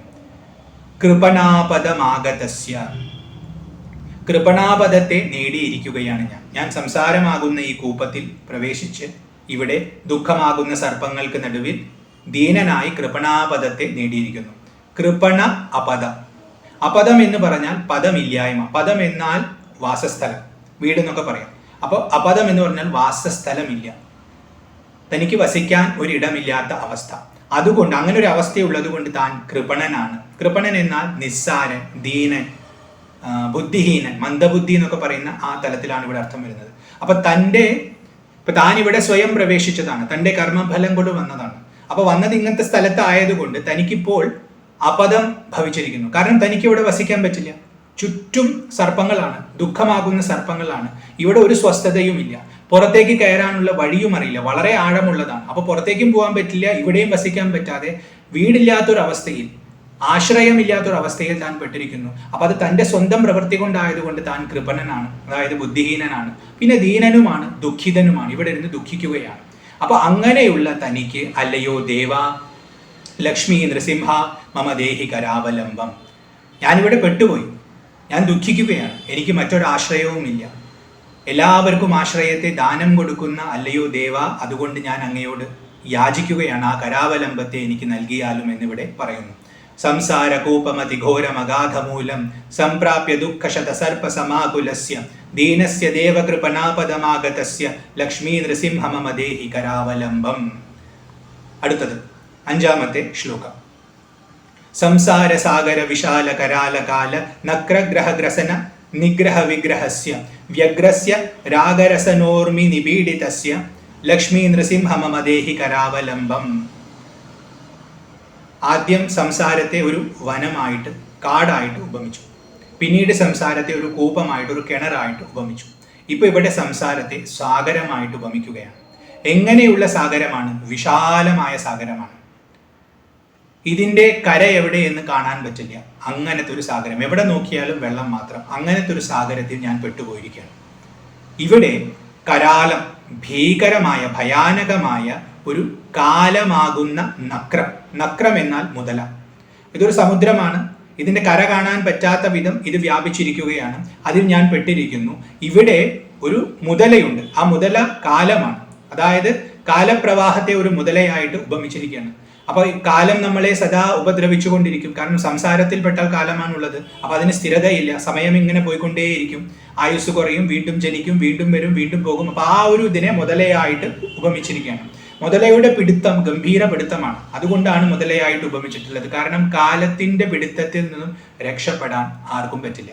അതുകൊണ്ട് കാലമാകുന്ന നക്രമാണ് ഈ ഇവിടെ സമുദ്രത്തിൽ, ഈ സംസാരമാകുന്ന സമുദ്രത്തിൽ ഉള്ളത്. ആ നക്രം ഗ്രഹ ഗ്രസന നിഗ്രഹ വിഗ്രഹസ്യ. ഗ്രഹം എന്ന ശബ്ദം കൊണ്ട് ഇവിടെ ഇന്ദ്രിയങ്ങളെയാണ് സൂചിപ്പിച്ചിരിക്കുന്നത്. മുതല പിടിക്കുന്ന സ്വഭാവമാണ്. അപ്പോൾ ഗ്രസനം എന്ന് പറഞ്ഞാൽ പിടിക്കുക, അള്ളി പിടിച്ചിരിക്കുകയാണ്. എന്തിനെയാണ് പിടിച്ചിരിക്കുന്നത്? ഗ്രഹത്തെ, അതായത് ഇന്ദ്രിയങ്ങളെ. കാലമാകുന്ന മുതല, സംസാരമാകുന്ന ഈ സാഗരത്തിൽ പെട്ടിട്ടുള്ള എൻ്റെ ഇന്ദ്രിയങ്ങളെ പിടിച്ചിരിക്കുകയാണ്. അങ്ങനെ പിടിച്ച് അതിനെ ശയിപ്പിച്ചുകൊണ്ട് എൻ്റെ ദേഹത്തെ ഉപദ്രവിക്കുകയാണ്. എൻ്റെ ദേഹത്തിൻ്റെ ഇന്ദ്രിയങ്ങളുടെ ശക്തിയെ ഊറ്റി കുടിക്കുകയാണ്. ആ ശക്തിയെ കുറച്ച് വരികയാണ്. നമ്മൾ ഇന്ദ്രിയങ്ങളിലൂടെ അനുഭവിക്കും തോറും ഇന്ദ്രിയങ്ങളുടെ തേജസ് കുറഞ്ഞു വരും. ശോഭാവോ മർത്യസ്യ യദന്തകൈതത് സർവേന്ദ്രിയാനാം ജരയന്തി തേജ. കഠോപനിഷത്തിൽ നചികേതസ് പറയുന്ന ഒരു വരിയാണ്. ഇവിടെ ഉള്ളതെല്ലാം നാളെ ഇല്ലാതെയാകുന്നതാണ്. ഇത് നമ്മുടെ ഇന്ദ്രിയങ്ങളുടെ തേജസ്സിനെ ഹരിച്ചുകൊണ്ടിരിക്കുന്നതാണ്. ഇവിടെ ഉള്ളതിനെ എല്ലാം കാലമായി കണ്ടാൽ ആ കാലം നമ്മുടെ ഇന്ദ്രിയ തേജസ്സിനെ ഹരിച്ചുകൊണ്ടിരിക്കുന്ന ഒരു മുതലയെ പോലെയാണ് പ്രവർത്തിക്കുന്നത്. നമ്മൾ ഭോഗിച്ചു കൊണ്ടിരിക്കുമ്പോൾ നമ്മൾ അറിയുന്നില്ല, പക്ഷെ നമ്മുടെ ഇന്ദ്രിയങ്ങളുടെ തേജസ് കുറഞ്ഞു വരികയാണ്, ഭോഗിക്കാനുള്ള ശേഷി കുറഞ്ഞു വരികയാണ്. അപ്പൊ ഇന്ദ്രിയങ്ങളെ ഇങ്ങനെ ഊറ്റിയെടുക്കുന്ന, അതിൻ്റെ തേജസ് കുറയ്ക്കുന്ന, അതിനെ ക്ഷയിപ്പിച്ചു കൊണ്ടിരിക്കുന്ന ഒരു മുതലയാണ് കാലം. ആ കാലമാകുന്ന മുതല ഈ വിശാലമായ ഭയാനകമായ സംസാര സാഗരത്തിലുണ്ട്. അത് എൻ്റെ ഇന്ദ്രിയങ്ങളെ പിടിച്ച് ഇങ്ങനെ ക്ഷയിപ്പിച്ചു കൊണ്ടിരിക്കുകയാണ്. അങ്ങനത്തെ ഒരു ദേഹത്തോടൊത്തവനാണ് ഞാൻ. അതാണ് നിഗ്രഹ വിഗ്രഹസ്യ എന്ന് ഇവിടെ പറയുന്നത്. അങ്ങനത്തെ ഒരു ദേഹത്തോടെ സംസാര സാഗരത്തിൽ പെട്ടുപോയിരിക്കുന്നവനാണ് ഞാൻ. എങ്ങനെയാണ് ഞാൻ? വ്യഗ്രസ്യ. വ്യഗ്രൻ എന്നാൽ അസ്വസ്ഥൻ. ഇന്ദ്രിയങ്ങളെ പിടിച്ച് കാലം ഇങ്ങനെ വലിച്ചുകൊണ്ടിരിക്കുകയാണ്. എനിക്ക് എങ്ങനെ സ്വസ്ഥത ഉണ്ടാവാനാണ്? തേജസ് കുറഞ്ഞുകൊണ്ടിരിക്കുകയാണ്. ഒന്ന് കഴിഞ്ഞാൽ മറ്റൊന്നായി ചിന്തകൾ വന്നുകൊണ്ടിരിക്കുന്നു, ആഗ്രഹങ്ങൾ വന്നുകൊണ്ടിരിക്കുന്നു, കാലം ഇങ്ങനെ ഒഴുകിക്കൊണ്ടിരിക്കുന്നു. ഒരു സ്ഥിരതയുമില്ല, ഒരു സ്വസ്ഥതയുമില്ല. അതുകൊണ്ട് ഞാൻ വ്യഗ്രനാണ്. വ്യഗ്രസ്യ രാഗരസനോർമി നിപീഡിതസ്യ. ഊർമി എന്ന് പറഞ്ഞാൽ തിര എന്നാണ് അർത്ഥം. രസന എന്നാൽ ശബ്ദം. അപ്പൊ വലിയ ശബ്ദത്തോടു കൂടി അടിക്കുന്ന തിര എന്നെ ഇങ്ങനെ വന്ന് ദുഃഖിപ്പിക്കുന്നുണ്ട്, എൻ്റെ മേലിൽ വന്ന് അടിക്കുന്നുണ്ട്. എന്താണ് ഈ തിര? രാഗമാണ്. പലതും വേണമെന്ന വാഞ്ചയാണ് രാഗം. രാഗം എന്ന് പറഞ്ഞാൽ അവിടെ ദ്വേഷവും വന്നു, കാരണം രണ്ടും ഒപ്പമുള്ളതാണ്, ഡുവൽസ് ആണ്. അപ്പൊ രാഗമുണ്ടെങ്കിൽ ദ്വേഷവുമുണ്ട്. വേണമെന്ന ഭാവം രാഗം, വേണ്ട എന്ന ഭാവം ദ്വേഷം. ഇത് രണ്ടും നമ്മുടെ മനസ്സിലുണ്ട്. ഇതാണ് നമ്മളെ കൊണ്ട് പലതും ചെയ്യിക്കുന്നത്. അപ്പൊ നമ്മളെ സദാ ദുഃഖിപ്പിക്കുന്നതിന് മൂല കാരണം ഈ രാഗമാണ്. അപ്പൊ ഈ രാഗത്തെ ഇവിടെ വളരെ ശബ്ദത്തോടു കൂടിയ തിരമാലയായിട്ടാണ് ഉപമിക്കുന്നത്. തിരമാല വന്നിങ്ങനെ കല്ലിന്റെ മുകളിലേക്ക് അടിക്കുന്ന പോലെ, കരയിലുള്ള കല്ലിന്റെ പാറകളുടെ മുകളിൽ അടിക്കുമ്പോൾ ഉണ്ടാകുന്ന ആ ശബ്ദം പോലെ വളരെ ശബ്ദത്തോടു കൂടി വന്ന് അതിൻ്റെ മേത്ത് വന്ന് തട്ടുകയാണ്. ഞാൻ ഈ കടലിൽ പെട്ടുപോയിരിക്കുകയാണ്. അപ്പൊ അതെന്നെ വന്ന് ഇങ്ങനെ പ്രഹരിച്ചു കൊണ്ടിരിക്കുന്നു. അങ്ങനെ ഞാൻ ദുഃഖിക്കുകയാണ്, അസ്വസ്ഥനാണ്, വ്യഗ്രനാണ്. അങ്ങനെ ഇരിക്കുന്ന എനിക്ക് ആ കരാവലംബത്തെ നൽകിക്കൊണ്ട് അല്ലയോ ലക്ഷ്മി നൃസിംഹ ഇവിടെ നിന്ന് രക്ഷിച്ചാലും, ഈ സംസാര സാഗരത്തിൽ നിന്നും എന്നെ രക്ഷിച്ചാലും എന്ന് പ്രാർത്ഥിക്കുന്നു. സംസാര സാഗര വിശാല കരാല കാല നഗ്രഗ്രഹ ഗ്രസന നിഗ്രഹ വിഗ്രഹസ്യ വ്യഗ്രസ്യ രാഗരസനോർമി നിപീഡിതസ്യ ലക്ഷ്മീ നൃസിംഹ മമ ദേഹി കരാവലംബം. അടുത്തത് 6ാമത്തെ ശ്ലോകമാണ്. സംസാര വൃക്ഷമഖ ബീജമനന്ത കർമ്മ ശാഖാശതം കരണപത്രമനംഗ പുഷ്പം ആരുഹ്യ ദുഃഖ ഫലിതം പതതോ ദയാലോ ലക്ഷ്മീ നൃസിംഹ മമ ദേഹി കരാവലംബം. ഇവിടെ സംസാരത്തെ ഒരു വൃക്ഷമായിട്ടാണ് ഉപമിച്ചിട്ടുള്ളത്. ഓരോരോ ഭാവത്തിൽ സംസാരത്തെ കാണിക്കുകയാണ്. കടലായി കാണിച്ചു, കൂപമായി കാണിച്ചു, കാടായി കാണിച്ചു, ഇപ്പോഴിവിടെ ഒരു വൃക്ഷമായിട്ട് കാണിക്കുകയാണ്. സംസാര വൃക്ഷം, സംസാരം ഒരു വൃക്ഷമാണ്. ഈ വൃക്ഷത്തിന്റെ ബീജം അകമാണ്. അകം എന്നാൽ പാപം. നമ്മൾ ഈ ഞാൻ ആരെന്ന് തിരിച്ചറിയാതിരിക്കുന്നതാണ് വാസ്തവത്തിൽ ഏറ്റവും വലിയ പാപം. അപ്പൊ ആത്മബോധം ഇല്ലാതെയാകുന്ന ആ അജ്ഞതയാണ് യഥാർത്ഥത്തിൽ പാപം. ആ അജ്ഞതയുണ്ടെങ്കിലാണ് സംസാരം തുടങ്ങുന്നത്. അപ്പൊ അജ്ഞതയെ ഇവിടെ പാപമായി ഉപമിച്ചുകൊണ്ട് ആ അജ്ഞതയെ ഈ സംസാര വൃക്ഷത്തിന്റെ ബീജമായിട്ട് പറഞ്ഞിരിക്കുന്നത്. അതുകൊണ്ടാണ് അഘബീജം എന്ന് പറഞ്ഞത്. അത് കഴിഞ്ഞ് പറയുന്നു അനന്ത കർമ്മ ശാഖാശതം. ഇതിന് ഒരുപാട് കൊമ്പുകളുണ്ട്. ശതം എന്നാൽ 100, 100 കൃത്യം എടുക്കേണ്ട, ഒരുപാട് കൊമ്പുകളുണ്ട്. എന്താണ് ഈ കൊമ്പുകൾ? കർമ്മമാണ്. അജ്ഞാനമുണ്ടെങ്കിൽ നമുക്ക് പ്രവൃത്തികൾ ഉണ്ടാവും. കാരണം അത് വേണം ഇത് വേണം എന്ന് തോന്നും, പരിമിതനാണെന്ന് തോന്നും. ഈ തോന്നലുണ്ടെങ്കിൽ നമ്മൾ പ്രവർത്തിക്കും. അപ്പൊ അതുകൊണ്ട് അജ്ഞാന ബീജത്തിൽ നിന്നുണ്ടായ ഈ സംസാര വൃക്ഷത്തിന്റെ കൊമ്പുകൾ, ശാഖകൾ കർമ്മമാണ്. കരണപത്രം, ഇന്ദ്രിയങ്ങളാണ് ഇതിന്റെ ഇലകൾ. ഇന്ദ്രിയങ്ങളിലൂടെ നമ്മൾ ഇങ്ങനെ ഓരോന്ന് അനുഭവിച്ചുകൊണ്ടിരിക്കുന്ന പോലെ സൂര്യപ്രകാശത്തെ ഏതുപോലെയാണോ ഇലകൾ സ്വീകരിക്കുന്നത്, അതുപോലെ ലോകത്തിലുള്ള തേജസ്സിനെ നമ്മളിങ്ങനെ അനുഭവിച്ച് ഇന്ദ്രിയങ്ങളിലൂടെയാണ് അനുഭവിക്കുന്നത്. അതുകൊണ്ട് ഇന്ദ്രിയങ്ങളെ പത്രമായിട്ട്, ഇലകളായിട്ട് ഉപമിച്ചിരിക്കുന്നു. അനംഗ പുഷ്പം, ഇതിൻ്റെ പൂവ് കാമമാണ്. ആഗ്രഹങ്ങളാണ് ഇതിൻ്റെ പൂവ്. ഈ ആഗ്രഹങ്ങൾ പൂവാണ്. പൂവിൽ നിന്നും ഫലമുണ്ടാവും. എന്താണ് ഫലം? ദുഃഖഫലിതം. ദുഃഖമാണ് ഇതിൻ്റെ ഫലം. കാമത്തിൽ നിന്നുണ്ടാകുന്നത് ദുഃഖമാണ്. കാരണം സംസാരം ദ്വൈതപൂർണമാണ്. ഇവിടെ ദ്വന്ദ്വം എപ്പോഴും ഉണ്ടാവും. അപ്പൊ സുഖം മാത്രമായിട്ട് കിട്ടുക എന്നൊന്നില്ല. സുഖമുണ്ടെങ്കിൽ ദുഃഖം ഉണ്ടാവും. സ്വർഗത്തിൽ പോലും സുഖം മാത്രമേ ഉള്ളൂ എന്ന് പറയാൻ പറ്റില്ല, അവിടെയും ദുഃഖമുണ്ട്. കാരണം അസുരന്മാരുടെ ഉപദ്രവവും തുടങ്ങിയതൊക്കെ അവിടെ കാണാം. അപ്പൊ സുഖം മാത്രമായി സംസാരത്തിൽ എവിടെയും ഇല്ല. സുഖമുണ്ടെങ്കിൽ ദുഃഖവും ഉണ്ട്. അതുകൊണ്ട് ദുഃഖം ഇതിന്റെ ഫലമാണ്. അപ്പൊ സുഖവും ഉണ്ടെന്ന് അനുമാനിക്കാം. അപ്പോൾ കാമമാണ് പുഷ്പം, ദുഃഖമാണ് ഫലം. അങ്ങനെയുള്ള വൃക്ഷത്തിലേക്ക് ആരുഹ്യ കയറിയിട്ട് പതതഃ ഞാൻ ചാടുന്നു, ഞാൻ പതിക്കുന്നു. എന്തുകൊണ്ടാണ് ഞാൻ ചാടുന്നത്?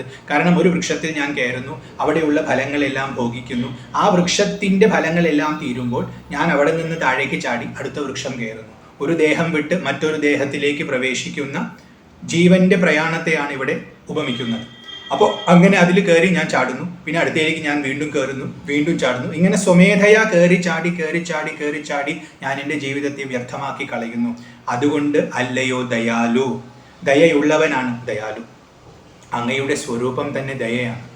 അപ്പോൾ ഇങ്ങനെ വിഫലമായി ഞാനിങ്ങനെ ഓരോന്ന് കാട്ടിക്കൂട്ടുന്നത് കണ്ടാൽ എന്നിൽ ദയ ഉണ്ടാകണേ ഭഗവാനെ എന്ന പ്രാർത്ഥന അവിടെയുണ്ട്. കാരണം അങ്ങയുടെ ഹൃദയത്തിൽ കാരുണ്യം നിറഞ്ഞിരിക്കുകയാണ്. ഭക്തരൊന്ന് വിളിച്ചാൽ മതി, അപ്പോഴേക്കും ആ ഹൃദയത്തിൽ നിന്നും കാരുണ്യം ഒഴുകും. കാരുണ്യ സിന്ധുവാണ് അങ്ങ്. അപ്പൊ അതുകൊണ്ട് അല്ലയോ ദയാലോ എന്ന് വിളിക്കുമ്പോൾ ആ ദയ എന്നിലേക്ക് ചൊരിഞ്ഞാലും. കാരണം എനിക്ക് ഈ വൃക്ഷത്തിൽ കയറലും ഇറക്കലും നിന്നും ഒരു മോചനം സ്വയം നേടാൻ പറ്റില്ല. ഞാൻ അതിന് പ്രാപ്തനല്ല. ഞാൻ അവിവേകിയാണ്, അജ്ഞാനിയാണ്, നിസ്സഹായനാണ്. അപ്പൊ എനിക്ക് അങ്ങ് മാത്രമേ ആശ്രയമുള്ളൂ. അതുകൊണ്ട് ഇതിൽ നിന്നുമുള്ള മോചനം അങ്ങയുടെ ദയയിൽ നിന്നാണ് എനിക്ക് നേടേണ്ടത്. അതുകൊണ്ട് ദയാലോ എന്ന് വിളിച്ചിരിക്കുന്നു. ലക്ഷ്മി നൃസിംഹ മമദേഹി കരാവലംബം, അങ്ങയുടെ ആ ദിവ്യമായ കരാവലംബം എനിക്ക് നൽകിയാലും എന്ന് ലക്ഷ്മി നരസിംഹനോട് വീണ്ടും പ്രാർത്ഥിക്കുന്നു. സംസാര വൃക്ഷമക ബീജമനന്ത കർമ്മ ശാഖാശതം കരണപത്രമനംഗ പുഷ്പം ആരുഹ്യ ദുഃഖ ഫലിതം പതതോ ദയാലോ ലക്ഷ്മീ നൃസിംഹ മമദേഹി കരാവലംബം. അടുത്തതായി 7ാമത്തെ ശ്ലോകമാണ്. സംസാര സർപ്പഘനവക്ത്ര ഭയോഗ്ര തീവ്ര ദംഷ്ട്രാകരാല വിഷദഗ്ധ വിനഷ്ടമൂർത്തെ നാഗാരി വാഹന സുധാബ്ധി നിവാസ ശൗരേ ലക്ഷ്മീ നൃസിംഹ മമദേഹി കരാവലംബം. ഇപ്പോൾ ഇവിടെ സംസാരത്തെ സർപ്പങ്ങളായിട്ടാണ് ഉപമിക്കുന്നത്. ഒരുപാട് സർപ്പങ്ങൾ, സർപ്പഘനം എന്ന് പറഞ്ഞാൽ സർപ്പത്തിന്റെ സമൂഹമാണ്. ഇങ്ങനെ നിബിഡമായി ചുറ്റും സർപ്പങ്ങൾ നിൽക്കുകയാണ്. അതാണ് സംസാരം. എങ്ങനെയുള്ള സർപ്പങ്ങളാണ്? ഇവരുടെ മുഖങ്ങൾ ഭയത്തെ ജനിപ്പിക്കുന്ന ഉഗ്രങ്ങളായ തീവ്രങ്ങളായ ദംഷ്ട്രകളോടൊത്തതാണ്. ഒരുപാട് സർപ്പങ്ങൾ ചുറ്റുമുണ്ട്. ഇതാണ് സംസാരം. ഈ സർപ്പങ്ങൾക്കൊക്കെ വളരെ വലിയ വായയാണ്. ആ വായയിൽ വളരെ വലിയ ദംഷ്ട്രകളുണ്ട്. അത് കണ്ടാൽ തന്നെ ആർക്കും ഭയം തോന്നും. അപ്പൊ സദാ ഭയപ്പെടുത്തിക്കൊണ്ട് ഈ സർപ്പങ്ങൾ ചുറ്റുമുണ്ട്. അതാണ് സംസാരം. അങ്ങനെയുള്ള ഉഗ്രവും തീവ്രവുമായിട്ടുള്ള ദംഷ്ട്രകളാൽ കരാളം, വളരെ ഭയാനകമായിട്ടുള്ള വിഷത്താൽ, കാരണം അത്രയും മാരകമായ വിഷമാണ്. അപ്പൊ അങ്ങനത്തെ വിഷത്താൽ ദഗ്ധ വിനഷ്ടമൂർത്തി, സദാ കടിക്കപ്പെടുന്ന ദേഹത്തോടു കൂടിയവനാണ്. എൻ്റെ ദേഹത്തിന് നാശം ഇങ്ങനെ സംഭവിച്ചുകൊണ്ടിരിക്കുകയാണ്. കാരണം സംസാരമാകുന്ന സർപ്പങ്ങൾ ചുറ്റും നിന്ന് അതിഭയാനകമായ ദംഷ്ട്രകളിലൂടെ അതിഭയാനകമായ വിഷത്തെ എൻ്റെ ശരീരത്തിലേക്ക് ഇങ്ങനെ കൊത്തിക്കയറ്റിക്കൊണ്ടിരിക്കുകയാണ്. അപ്പൊ ശരീരം ഇങ്ങനെ ക്ഷയിച്ചുകൊണ്ടിരിക്കുകയാണ്. നമ്മൾ ഈ ലോകത്തിൽ ജീവിക്കാൻ തുടങ്ങുന്ന ആദ്യ നിമിഷം മുതൽ ദേഹത്തിന് ക്ഷയം സംഭവിച്ചു കൊണ്ടിരിക്കുന്നുണ്ട്. കാരണം സംസാരത്തിന്റെ നിയമം അതാണ്. അപ്പൊ അത് ക്ഷയിച്ച് ക്രമേണ അത് മരണപ്പെടും, വീണ്ടും പുതിയൊരു ദേഹം വരും. അപ്പൊ അതുകൊണ്ട് എത്ര ചെറുപ്പമാണെങ്കിലും ഇതാണ് സംസാരത്തിന്റെ യാഥാർത്ഥ്യം എന്ന് തിരിച്ചറിയണം. സംസാരമാകുന്ന സർപ്പം ഇങ്ങനെ കൊത്തിക്കൊണ്ടേയിരിക്കണം. നമ്മുടെ ഊർജത്തെ, നമ്മുടെ ഉള്ളിലുള്ള ആ പ്രാണനെ ഇങ്ങനെ അത് ഊറ്റിക്കൊണ്ടിരിക്കുകയാണ്. അപ്പൊ ആ വിഷം, സംസാരമാകുന്ന സർപ്പങ്ങളുടെ വിഷം ഏറ്റുകൊണ്ട് നമ്മുടെ ദേഹം ഇങ്ങനെ നഷ്ടമായിക്കൊണ്ടിരിക്കുകയാണ് ക്രമേണ. അങ്ങനത്തെ ഒരു ഭാവത്തിൽ ഇരിക്കുന്നവനാണ് ഞാൻ. അല്ലയോ നാഗാരി വാഹന. ഇവിടെ സംബോധന വളരെ വിശേഷപ്പെട്ട സംബോധനയാണ്. നാഗാരി എന്നാൽ ഗരുഡൻ, നാഗന്റെ ശത്രു, നാഗന്മാരുടെ ശത്രുവാണ് ഗരുഡൻ. ആ ഗരുഡനെ വാഹനമാക്കിയവനാണ് അങ്ങ്. എന്നെ ഇപ്പോൾ ഇവിടെ ബുദ്ധിമുട്ടിക്കുന്നത് സംസാരമാകുന്ന സർപ്പങ്ങളാണ്. ഇതെന്നെ ഇങ്ങനെ കുത്തിക്കൊണ്ടിരിക്കുകയാണ്. ഇതിന്റെ വിഷം ഇങ്ങനെ ഏറ്റിയിട്ട് ഞാൻ ഇത് ചെയ്യാണ്.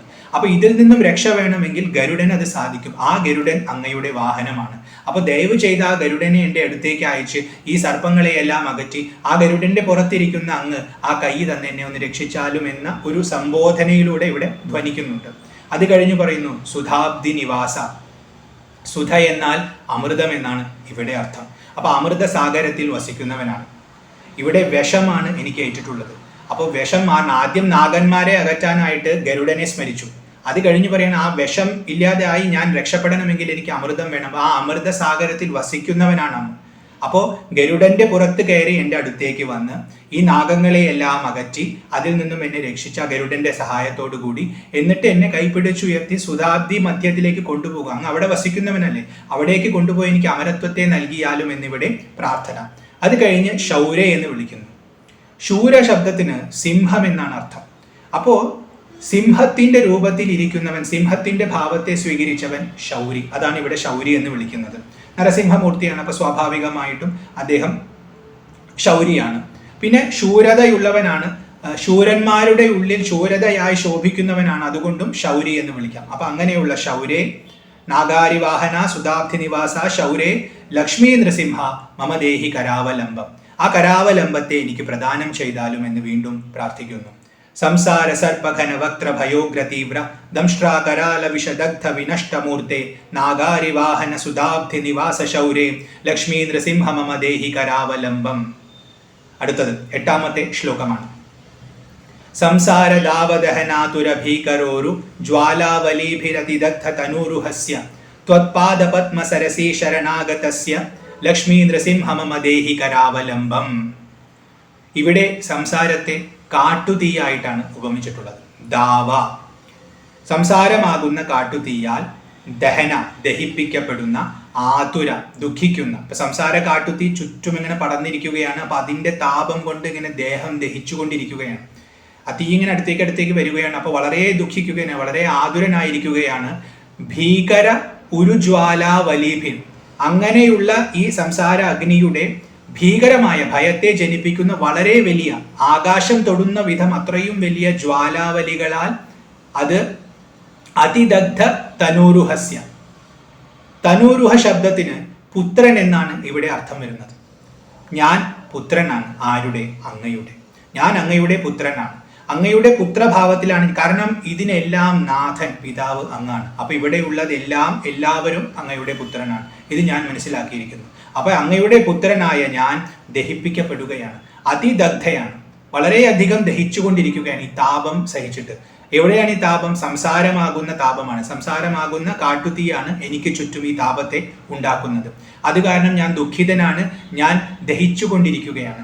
അങ്ങനെ ഇരിക്കുന്ന ഞാൻ ത്വത്പാദ പത്മസരസി ശരണാഗതസ്യ, ഞാൻ എന്ത് ചെയ്തു?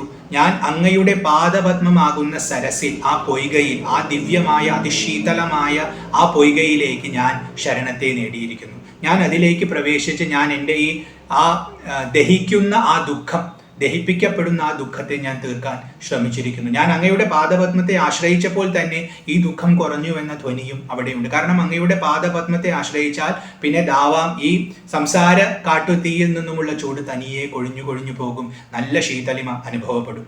അപ്പൊ അങ്ങനെ ഇരിക്കുന്ന എനിക്ക് ദേഹി കരാവലംബം, അല്ലയോ ലക്ഷ്മി നൃസിംഹ എന്നിവിടെ പ്രാർത്ഥിച്ചിരിക്കുന്നു.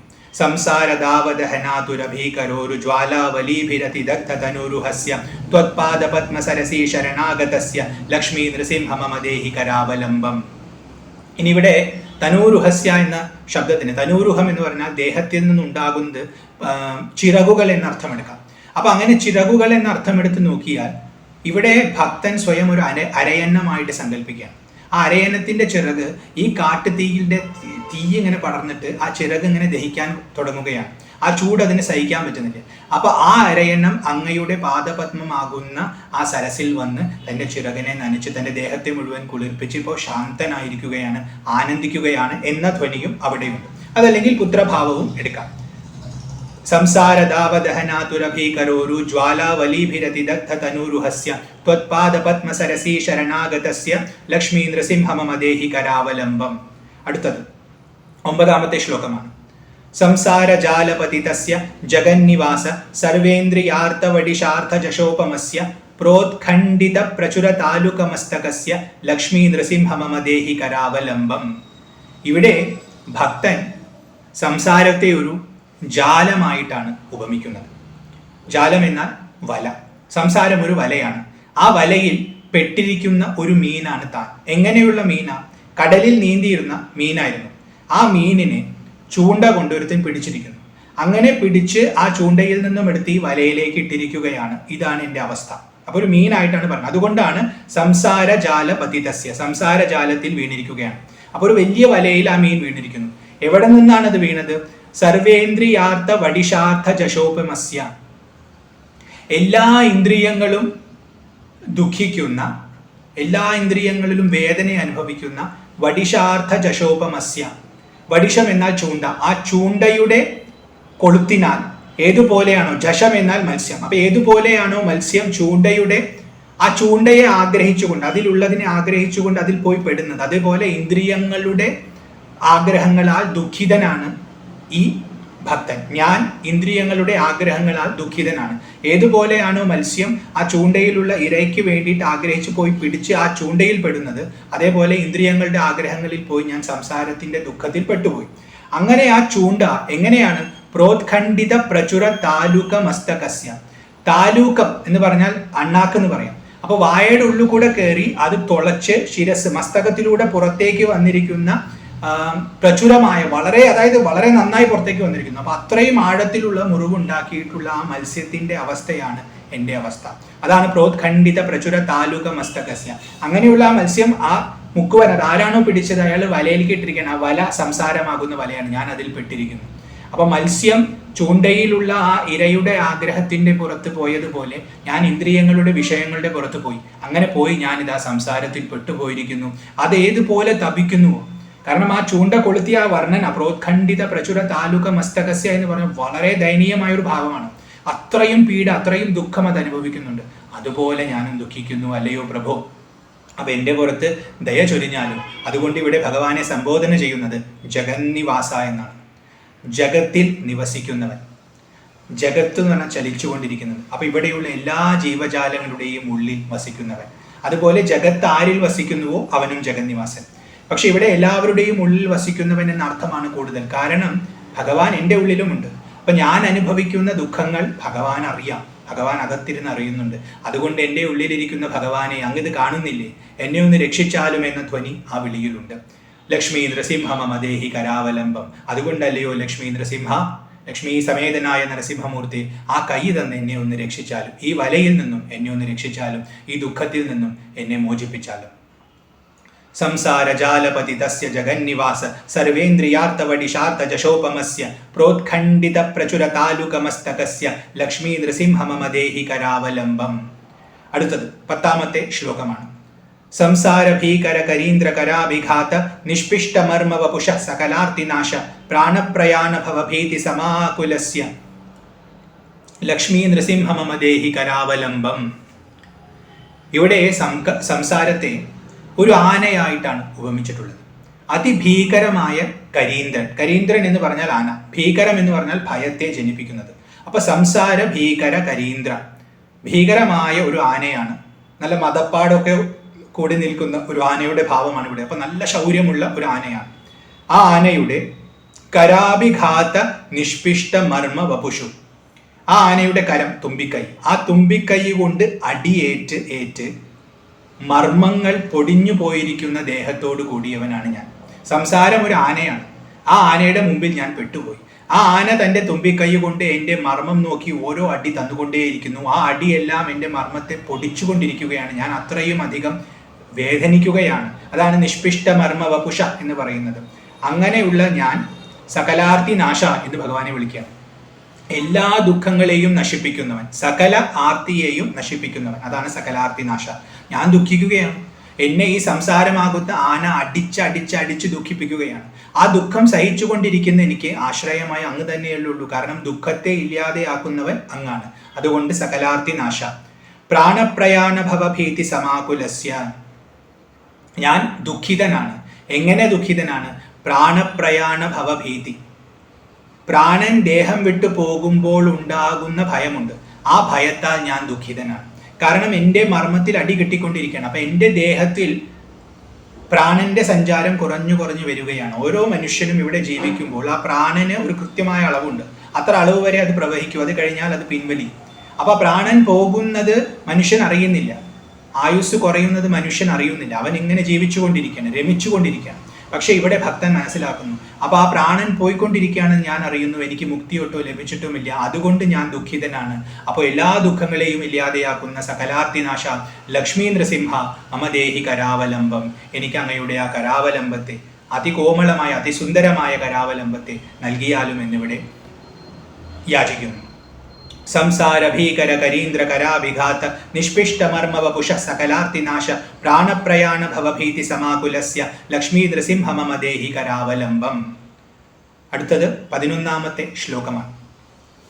അന്ധസ്യ മേ ഹൃതവിവേക മഹാധനസ്യ ചോരൈ പ്രഭോ ബലിഭിരിന്ദ്രിയ നാമധേയൈ മോഹാന്ത കൂപകുഹരേ വിനിപാതിതസ്യ ലക്ഷ്മീ നൃസിംഹ മമ ദേഹി കരാവലംബം. ഇവിടെ ഭഗവാനെ പ്രഭു എന്നാണ് വിളിക്കുന്നത്. പ്രഭു എന്നാൽ എല്ലാവരെയും ഭരിക്കുന്നവൻ, രാജാവ്. ലോകത്തിന് മുഴുവൻ രാജാവ് അങ്ങാണ്. എന്തിനാ രാജാവെ പ്രഭു എന്ന് വിളിക്കുന്നത്? കാരണം എനിക്കൊരു പരാതിയുണ്ട്. ഭക്തൻ ഒരു പരാതി പറയാൻ വേണ്ടി രാജാവിൻ്റെ അടുത്ത് വന്നിരിക്കുകയാണ്. ജഗത്തിന് മുഴുവൻ രാജാവായിരിക്കുന്ന പ്രഭുവായിരിക്കുന്ന അദ്ദേഹത്തിൻ്റെ അടുത്ത് ഭക്തൻ വന്നിട്ട് പരാതി പറയാണ്. എന്താ പരാതി? ഞാൻ അന്ധനായിരിക്കുന്നു. എങ്ങനെയാണ് ഞാൻ അന്ധനായത്? എൻ്റെ വിവേകമാകുന്ന മഹാധനത്തെ ഒരാൾ അപഹരിച്ചിരിക്കുന്നു. വിവേകം മഹാധനമാണ്. എന്താണ് വിവേകം? സത്യവും അസത്യവും വേർതിരിച്ചറിയാനുള്ള ശേഷിയാണ് വിവേകം. ഒന്ന് ശാശ്വതമായതാണ്, അതാണ് സത്ത്. മറ്റേത് അശാശ്വതമാണ്, അത് നിത്യം പരിണമിച്ചുകൊണ്ടിരിക്കുകയാണ്, അത് അസത്ത്. ഇത് രണ്ടും വേർതിരിച്ചറിയാൻ സാധിച്ചാൽ നമുക്ക് സദാ ആത്മബോധമുണ്ടാകും. എന്നാൽ ഇത് വേർതിരിച്ചറിയാനുള്ള ശേഷി നഷ്ടപ്പെട്ടാലോ നമ്മൾ അന്ധരായി, നമ്മൾ ലോകത്തെ യാഥാർത്ഥ്യമായി കാണും. അപ്പോൾ ആ അന്ധതയാണ് ഇവിടെ എനിക്ക് ബാധിച്ചിട്ടുള്ളത്. അതിന് കാരണം വിവേകമാകുന്ന മഹാധനം. ലോകത്തിലെ ഏറ്റവും വലിയ ധനം വിവേകമാണ്. കാരണം ഒരുപാട് വർഷത്തെ, ഒരുപാട് ജന്മത്തിന്റെ പരിശ്രമത്തിലൂടെയാണ് വിവേകം ലഭിക്കുന്നത്. മനുഷ്യദേഹമൊക്കെ കിട്ടണമെങ്കിൽ എത്ര പ്രയാണമുണ്ടെന്ന് പുരാണങ്ങൾ വർണ്ണിക്കുന്നുണ്ട്. അപ്പൊ അത്രയും കഷ്ടപ്പെട്ട് നേടിയെടുത്ത വിവേകമായിരുന്നു, അത് അപഹരിക്കപ്പെട്ടിരിക്കുന്നു. അതുകൊണ്ട് അത് മഹാധനമാണ്. ആ മഹാധനം ഹൃതം അപഹരിക്കപ്പെട്ടിരിക്കുന്നു. ആരാണ് അപഹരിച്ചത്? സ്വാഭാവികമായും കള്ളന്മാരാണ്. അതാണ് ചോര എന്ന് പറയുന്നത്. എങ്ങനെയുള്ള കള്ളന്മാരാ? ബലിഭീരാണ്, അതായത് ബലമുള്ളവരാണ്, നല്ല ബലശാലികളായ കള്ളന്മാരാണ്. ആരാണ് ഇവര്? ഇന്ദ്രിയ നാമധേയ. ഇവർക്ക് പേര് ഇന്ദ്രിയം എന്നാണ്. ഇന്ദ്രിയങ്ങളാകുന്ന കള്ളന്മാര് എൻ്റെ വിവേകത്തെ അപഹരിച്ചിരിക്കുന്നു, അങ്ങനെ എന്നെ അന്ധനാക്കിയിരിക്കുന്നു. ഇന്ദ്രിയങ്ങളാണ് നമ്മളെ സംസാരത്തിൽ കൊടുക്കുന്നത്. കണ്ണിന് ഭംഗിയുള്ളത് കാണാൻ ഇഷ്ടമാണ്, ചെവിക്ക് നല്ല ശബ്ദങ്ങൾ കേൾക്കാൻ ഇഷ്ടമാണ്, ഇമ്പമുള്ള ശബ്ദങ്ങൾ കേൾക്കാൻ ഇഷ്ടമാണ്, മൂക്കിന് നല്ല മണങ്ങൾ മണക്കാനും, നാക്കിന് നല്ല രുചി രുചിക്കാനും, ത്വക്കിന് നല്ല സ്പർശമേൽക്കാനും ആഗ്രഹമാണ്. ഈ ആഗ്രഹങ്ങളുടെ പിന്നാലെ ഇത് ഓടുന്ന സമയത്ത് കൂടെ കൊണ്ടുപോകുന്നത് നമ്മുടെ വിവേകത്തെയുമാണ്. സത്യം എന്തെന്ന ബോധം നമുക്ക് നഷ്ടമാകും. ഇതാണ് കാണുന്നതാണ് സത്യം, അനുഭവിക്കുന്നതാണ് സത്യം എന്ന് നമ്മൾ തെറ്റിദ്ധരിക്കും. അതുകൊണ്ട് ഇന്ദ്രിയങ്ങളെ കള്ളന്മാരായി പറഞ്ഞിരിക്കുന്നു. ആ കള്ളന്മാര് നമ്മുടെ വിവേകത്തെ, വിവേകമാകുന്ന മഹാധനത്തെ അപഹരിച്ച് നമ്മളെ അന്ധരാക്കുന്നു. അങ്ങനെ അന്ധരായ നമ്മുടെ അവസ്ഥ എന്താ? മോഹാന്ത കൂപകുഹരേ വിനിപാതിതസ്യ. അങ്ങനെ അന്ധനായ ഞാൻ മോഹമാകുന്ന വളരെ വലിയ കിണറിൽ വീണു പോയിരിക്കുന്നു. ഇരുണ്ട കിണറാണ്, അവിടെ ഒന്നും കാണാൻ പറ്റുന്നില്ല, നല്ല ആഴവുമുണ്ട്. അങ്ങനത്തെ കിണറിൽ ഞാൻ വീണു പോയിരിക്കുന്നു. മോഹമാണ് ഈ കിണർ. എന്താണ് മോഹം? ഇല്ലാത്തതുണ്ടെന്ന തോന്നലാണ് മോഹം. മായ ഇല്ലാത്തതാണ്, ഈ വൈവിധ്യം ഇല്ലാത്തതാണ്. ഉള്ളത് ഏകമായ സത്യം ആത്മാവാണ്. പക്ഷെ ആത്മാവിനെ നമ്മൾ അറിയുന്നില്ല, വൈവിധ്യത്തെ അറിയുന്നുണ്ട്. അത് സത്യമാണെന്ന് തെറ്റിദ്ധരിക്കുന്നു, അതിൻ്റെ പിന്നാലെ പോകുന്നു. ഇതാണ് മോഹം. ഈ മോഹാന്ത കൂപത്തിലേക്ക് നമ്മളെ വിടുന്നതാരാ? ഇന്ദ്രിയങ്ങളാ. അതുകൊണ്ട് ഇന്ദ്രിയങ്ങൾ കള്ളന്മാരാണ്. അവർ നമ്മുടെ വിവേകത്തെ അപഹരിച്ച്, മഹാധനമായ വിവേകത്തെ അപഹരിച്ച് നമ്മളെ അന്ധരാക്കി. ഏതാണ്ട് അന്ധരെ പോലെയായി നമ്മൾ, നമുക്ക് വഴി അറിയാതെയായി. അങ്ങനെ നമ്മൾ ഈ മോഹാന്ത കൂപകുഹരത്തിൽ വിനിപാതിതസ്യ വീണിരിക്കുന്നു. അങ്ങനെ ഇരിക്കുന്ന ഞാൻ, എന്നെ ലക്ഷ്മി നൃസിംഹ മമ ദേഹി കരാവലംബം, അങ്ങയുടെ കരാവലംബം എനിക്ക് തന്നാലോ എന്ന് പ്രാർത്ഥിക്കുന്നു. അന്ധസ്യ മേ ഹൃത വിവേക മഹാധനസ്യ ചോരൈ പ്രഭോ ബലിഭിരിന്ദ്രിയ നാമധേയൈ മോഹാന്തകൂപകുഹരേ വിനിപാതിതസ്യ ലക്ഷ്മി നൃസിംഹ മമ ദേഹി കരാവലംബം. അടുത്തത് 12ാമത്തെ ശ്ലോകമാണ്. ബദ്ധ്വാ ഗലേ യമഭടാ ബഹുതർജയന്ത കർഷന്തി യത്ര ഭവപാശ ശതൈര്യുതം മാം ഏകാകിനം പരവശം ചകിതം ദയാലോ ലക്ഷ്മി നൃസിംഹ മമ ദേഹി കരാവലംബം. ഇവിടെ യമഭട, യമന്റെ ഭടന്മാര് എനിക്ക് ചുറ്റും നിൽക്കുന്നുണ്ട്. യമന്റെ ദാസന്മാര്, ദൂതന്മാരാണ്. മൃത്യുലോകത്തിലേക്ക് കൊണ്ടുപോകുന്നത് അവരാണ്. നമ്മുടെ കർമ്മത്തിന്റെ ഫലങ്ങൾ നൽകുന്നത് യമലോകത്തിലാണ്. അപ്പൊ ആ യമന്റെ ഭടന്മാര് ബഹുതർജയന്ത, ഒരുപാട് ചീത്ത വിളിക്കുന്നവരാണ്. അവരെന്നെ ചീത്ത പറഞ്ഞുകൊണ്ടേയിരിക്കുകയാണ്. കാരണം തെറ്റു ചെയ്യുന്നവരെ ചീത്ത പറയുന്നത് അവരുടെ കർമ്മമാണ്. ഞാൻ തെറ്റ് ചെയ്യുന്നവനാണ്. കാരണം തെറ്റ് ചെയ്തില്ലായിരുന്നുവെങ്കിൽ ഞാൻ ഈ സംസാരത്തിലേക്ക് വരില്ല. അപ്പൊ ഞാൻ ഇവിടെ ദുഃഖിക്കുന്നത് ഞാൻ ചെയ്ത കർമ്മത്തിന്റെ ഫലമാണ്. അപ്പൊ അത് ഓർമ്മിപ്പിച്ചുകൊണ്ട് അവരെന്നെ ശകാരിച്ചു കൊണ്ടിരിക്കുകയാണ്. അതാണ് ബഹുതർജയന്ത. അങ്ങനെയുള്ള യമഭട്ടന്മാർ ഗലേ ബദ്ധ്വ, കഴുത്തിൽ കെട്ടിയിരിക്കുന്നു. എന്താ കെട്ടിയിരിക്കുന്നത്? ഭവപാശ ശതൈര്യുതം മാം, സംസാരമാകുന്ന പാശങ്ങൾ, ഒട്ടനവധി പാശങ്ങളുണ്ട്. ഈ സംസാരത്തിൽ നമുക്ക് പല പാശങ്ങളുണ്ട്. നമ്മളെ കൊടുക്കുന്ന എല്ലാം കയറുകളാണ്. അങ്ങനത്തെ ഒരുപാട് കയറുകൾ, ഒരുപാട് ബന്ധനങ്ങൾ നമുക്കുണ്ട്. ഈ കയറുകളെല്ലാം നമ്മുടെ കഴുത്തിലാണ് കുടുങ്ങിയിട്ടുള്ളത്. ആ കുടുങ്ങിയിട്ടുള്ള കയറുകളെ കർഷന്തി, വലിക്കുന്നു. ഈ കയറ് കെട്ടിയത് ഒരർത്ഥത്തിൽ നമ്മൾ തന്നെയാണ്. കാരണം നമ്മൾ ഓരോന്നിലും അറ്റാച്ച്മെന്റ് നേടിയാണ് ഈ കയറുകളുമായി നമ്മൾ ബന്ധിക്കുന്നത്. അത് നമ്മുടെ കഴുത്തിലാണ് ബന്ധിച്ചിട്ടുള്ളത്. അതിനെ പിടിച്ച് യമഭട്ടന്മാർ നമ്മളെ ചീത്ത പറഞ്ഞുകൊണ്ട് വലിക്കുകയാണ് പല ദിക്കിലേക്ക്. നമ്മുടെ കർമ്മത്തിന്റെ ഇതിനനുസരിച്ച് വലിക്കുകയാണ്. അതിനനുസരിച്ച് നമ്മൾ ഇങ്ങനെ നീങ്ങിക്കൊണ്ടിരിക്കുകയാണ് നിസ്സഹായരായിട്ടാണ്. അതുകൊണ്ട് പറയുന്നു ഏകാകിനം, ഞാൻ ഒറ്റയ്ക്കാണ്, എനിക്ക് മറ്റൊരു ആശ്രയമില്ല, പരവശനാണ് ഞാൻ. കാരണം എന്ത് ചെയ്യണമെന്ന് എനിക്കറിയില്ല. വലിക്കുന്നതിനനുസരിച്ച് അങ്ങോട്ടും ഇങ്ങോട്ടും നീക്കാൻ മാത്രമേ എനിക്ക് പറ്റുന്നുള്ളൂ. അങ്ങനെ ഏകാകിയും പരവശനുമായിരിക്കുന്ന ചകിതം, ഭയന്ന് നിൽക്കുകയാണ്. എൻ്റെ മനസ്സിൽ വല്ലാത്ത ഭീതി. കാരണം എന്തു ചെയ്യണം, യമഭടന്മാരെ എങ്ങനെ തടയണമെന്ന് എനിക്കറിയില്ല. അവർ വലിക്കുന്നത് എനിക്ക് കാണാനുണ്ട്, എനിക്കത് അനുഭവിക്കാൻ പറ്റുന്നുണ്ട്, പക്ഷെ എനിക്ക് ഒരു രക്ഷയുമില്ല. അങ്ങനെ ഞാൻ ദുഃഖിച്ചുകൊണ്ട് ഭയന്ന് നിൽക്കുകയാണ്. അല്ലയോ ദയാലോ, വീണ്ടും ദയാലു എന്ന് വിളിക്കുകയാണ്. ദയയുള്ളവനാണെന്ന്. എന്നെ ഒന്ന് നോക്കൂ, എത്ര നിസ്സഹായനായിട്ടാണ് ഞാൻ നിൽക്കുന്നത്. അങ്ങോട്ട് വലിക്കുന്നു, ഇങ്ങോട്ട് വലിക്കുന്നു, ഇതെല്ലാം സഹിച്ചുകൊണ്ടിങ്ങനെ വല്ലാത്തൊരു അവസ്ഥയിൽ ഞാൻ നിൽക്കണം. അങ്ങനെ നിൽക്കുന്ന ഞാൻ കൃപയാചിച്ചുകൊണ്ട് അങ്ങയുടെ അടുത്തേക്ക് നോക്കുകയാണ്. അപ്പൊ എൻ്റെ ആ നോട്ടം കാണുമ്പോൾ അങ്ങയുടെ ഹൃദയത്തിലുള്ള ആ ദയ ഒന്ന് ഉദയം ചെയ്യട്ടെ എന്ന് പ്രാർത്ഥന ഇവിടെ ആ വിളികളുണ്ട്. ആ ദയ എന്നിലേക്ക് ചൊരിഞ്ഞാലും, കാരണം അങ്ങയുടെ ദയ ലഭിച്ചാൽ ഉറപ്പായും ഇതിൽ നിന്നും എനിക്ക് മോചനം കിട്ടും. അതുകൊണ്ട് ദയാലോ ലക്ഷ്മി നൃസിംഹമമദേഹി കരാവലംബം, ആ കരാവലംബത്തെ എനിക്ക് നൽകിയാലും അല്ലയോ ലക്ഷ്മി സമേതനായ നരസിംഹമൂർത്തെ എന്ന് വീണ്ടും പ്രാർത്ഥിക്കുന്നു. ബദ്ധ്വാഗലേ യമഭടാ ബഹുതർജയന്ത കർഷന്തി യത്ര ഭവപാശശതൈര്യുതം മാം ഏകാകിനം പരവശം ചകിതം ദയാലോ ലക്ഷ്മി നൃസിംഹമമദേഹി കരാവലംബം. അടുത്തത് 13ാമത്തെ ശ്ലോകമാണ്. ലക്ഷ്മീപതേ കമലനാഭ സുരേഷ വിഷ്ണു വൈകുണ്ഠ കൃഷ്ണ മധുസൂദന പുഷ്കരാക്ഷ ബ്രഹ്മണ്യ കേശവ ജനാർദ്ദന വാസുദേവ ദേവേശ ദേഹി കൃപണസ്യ കരാവലംബം.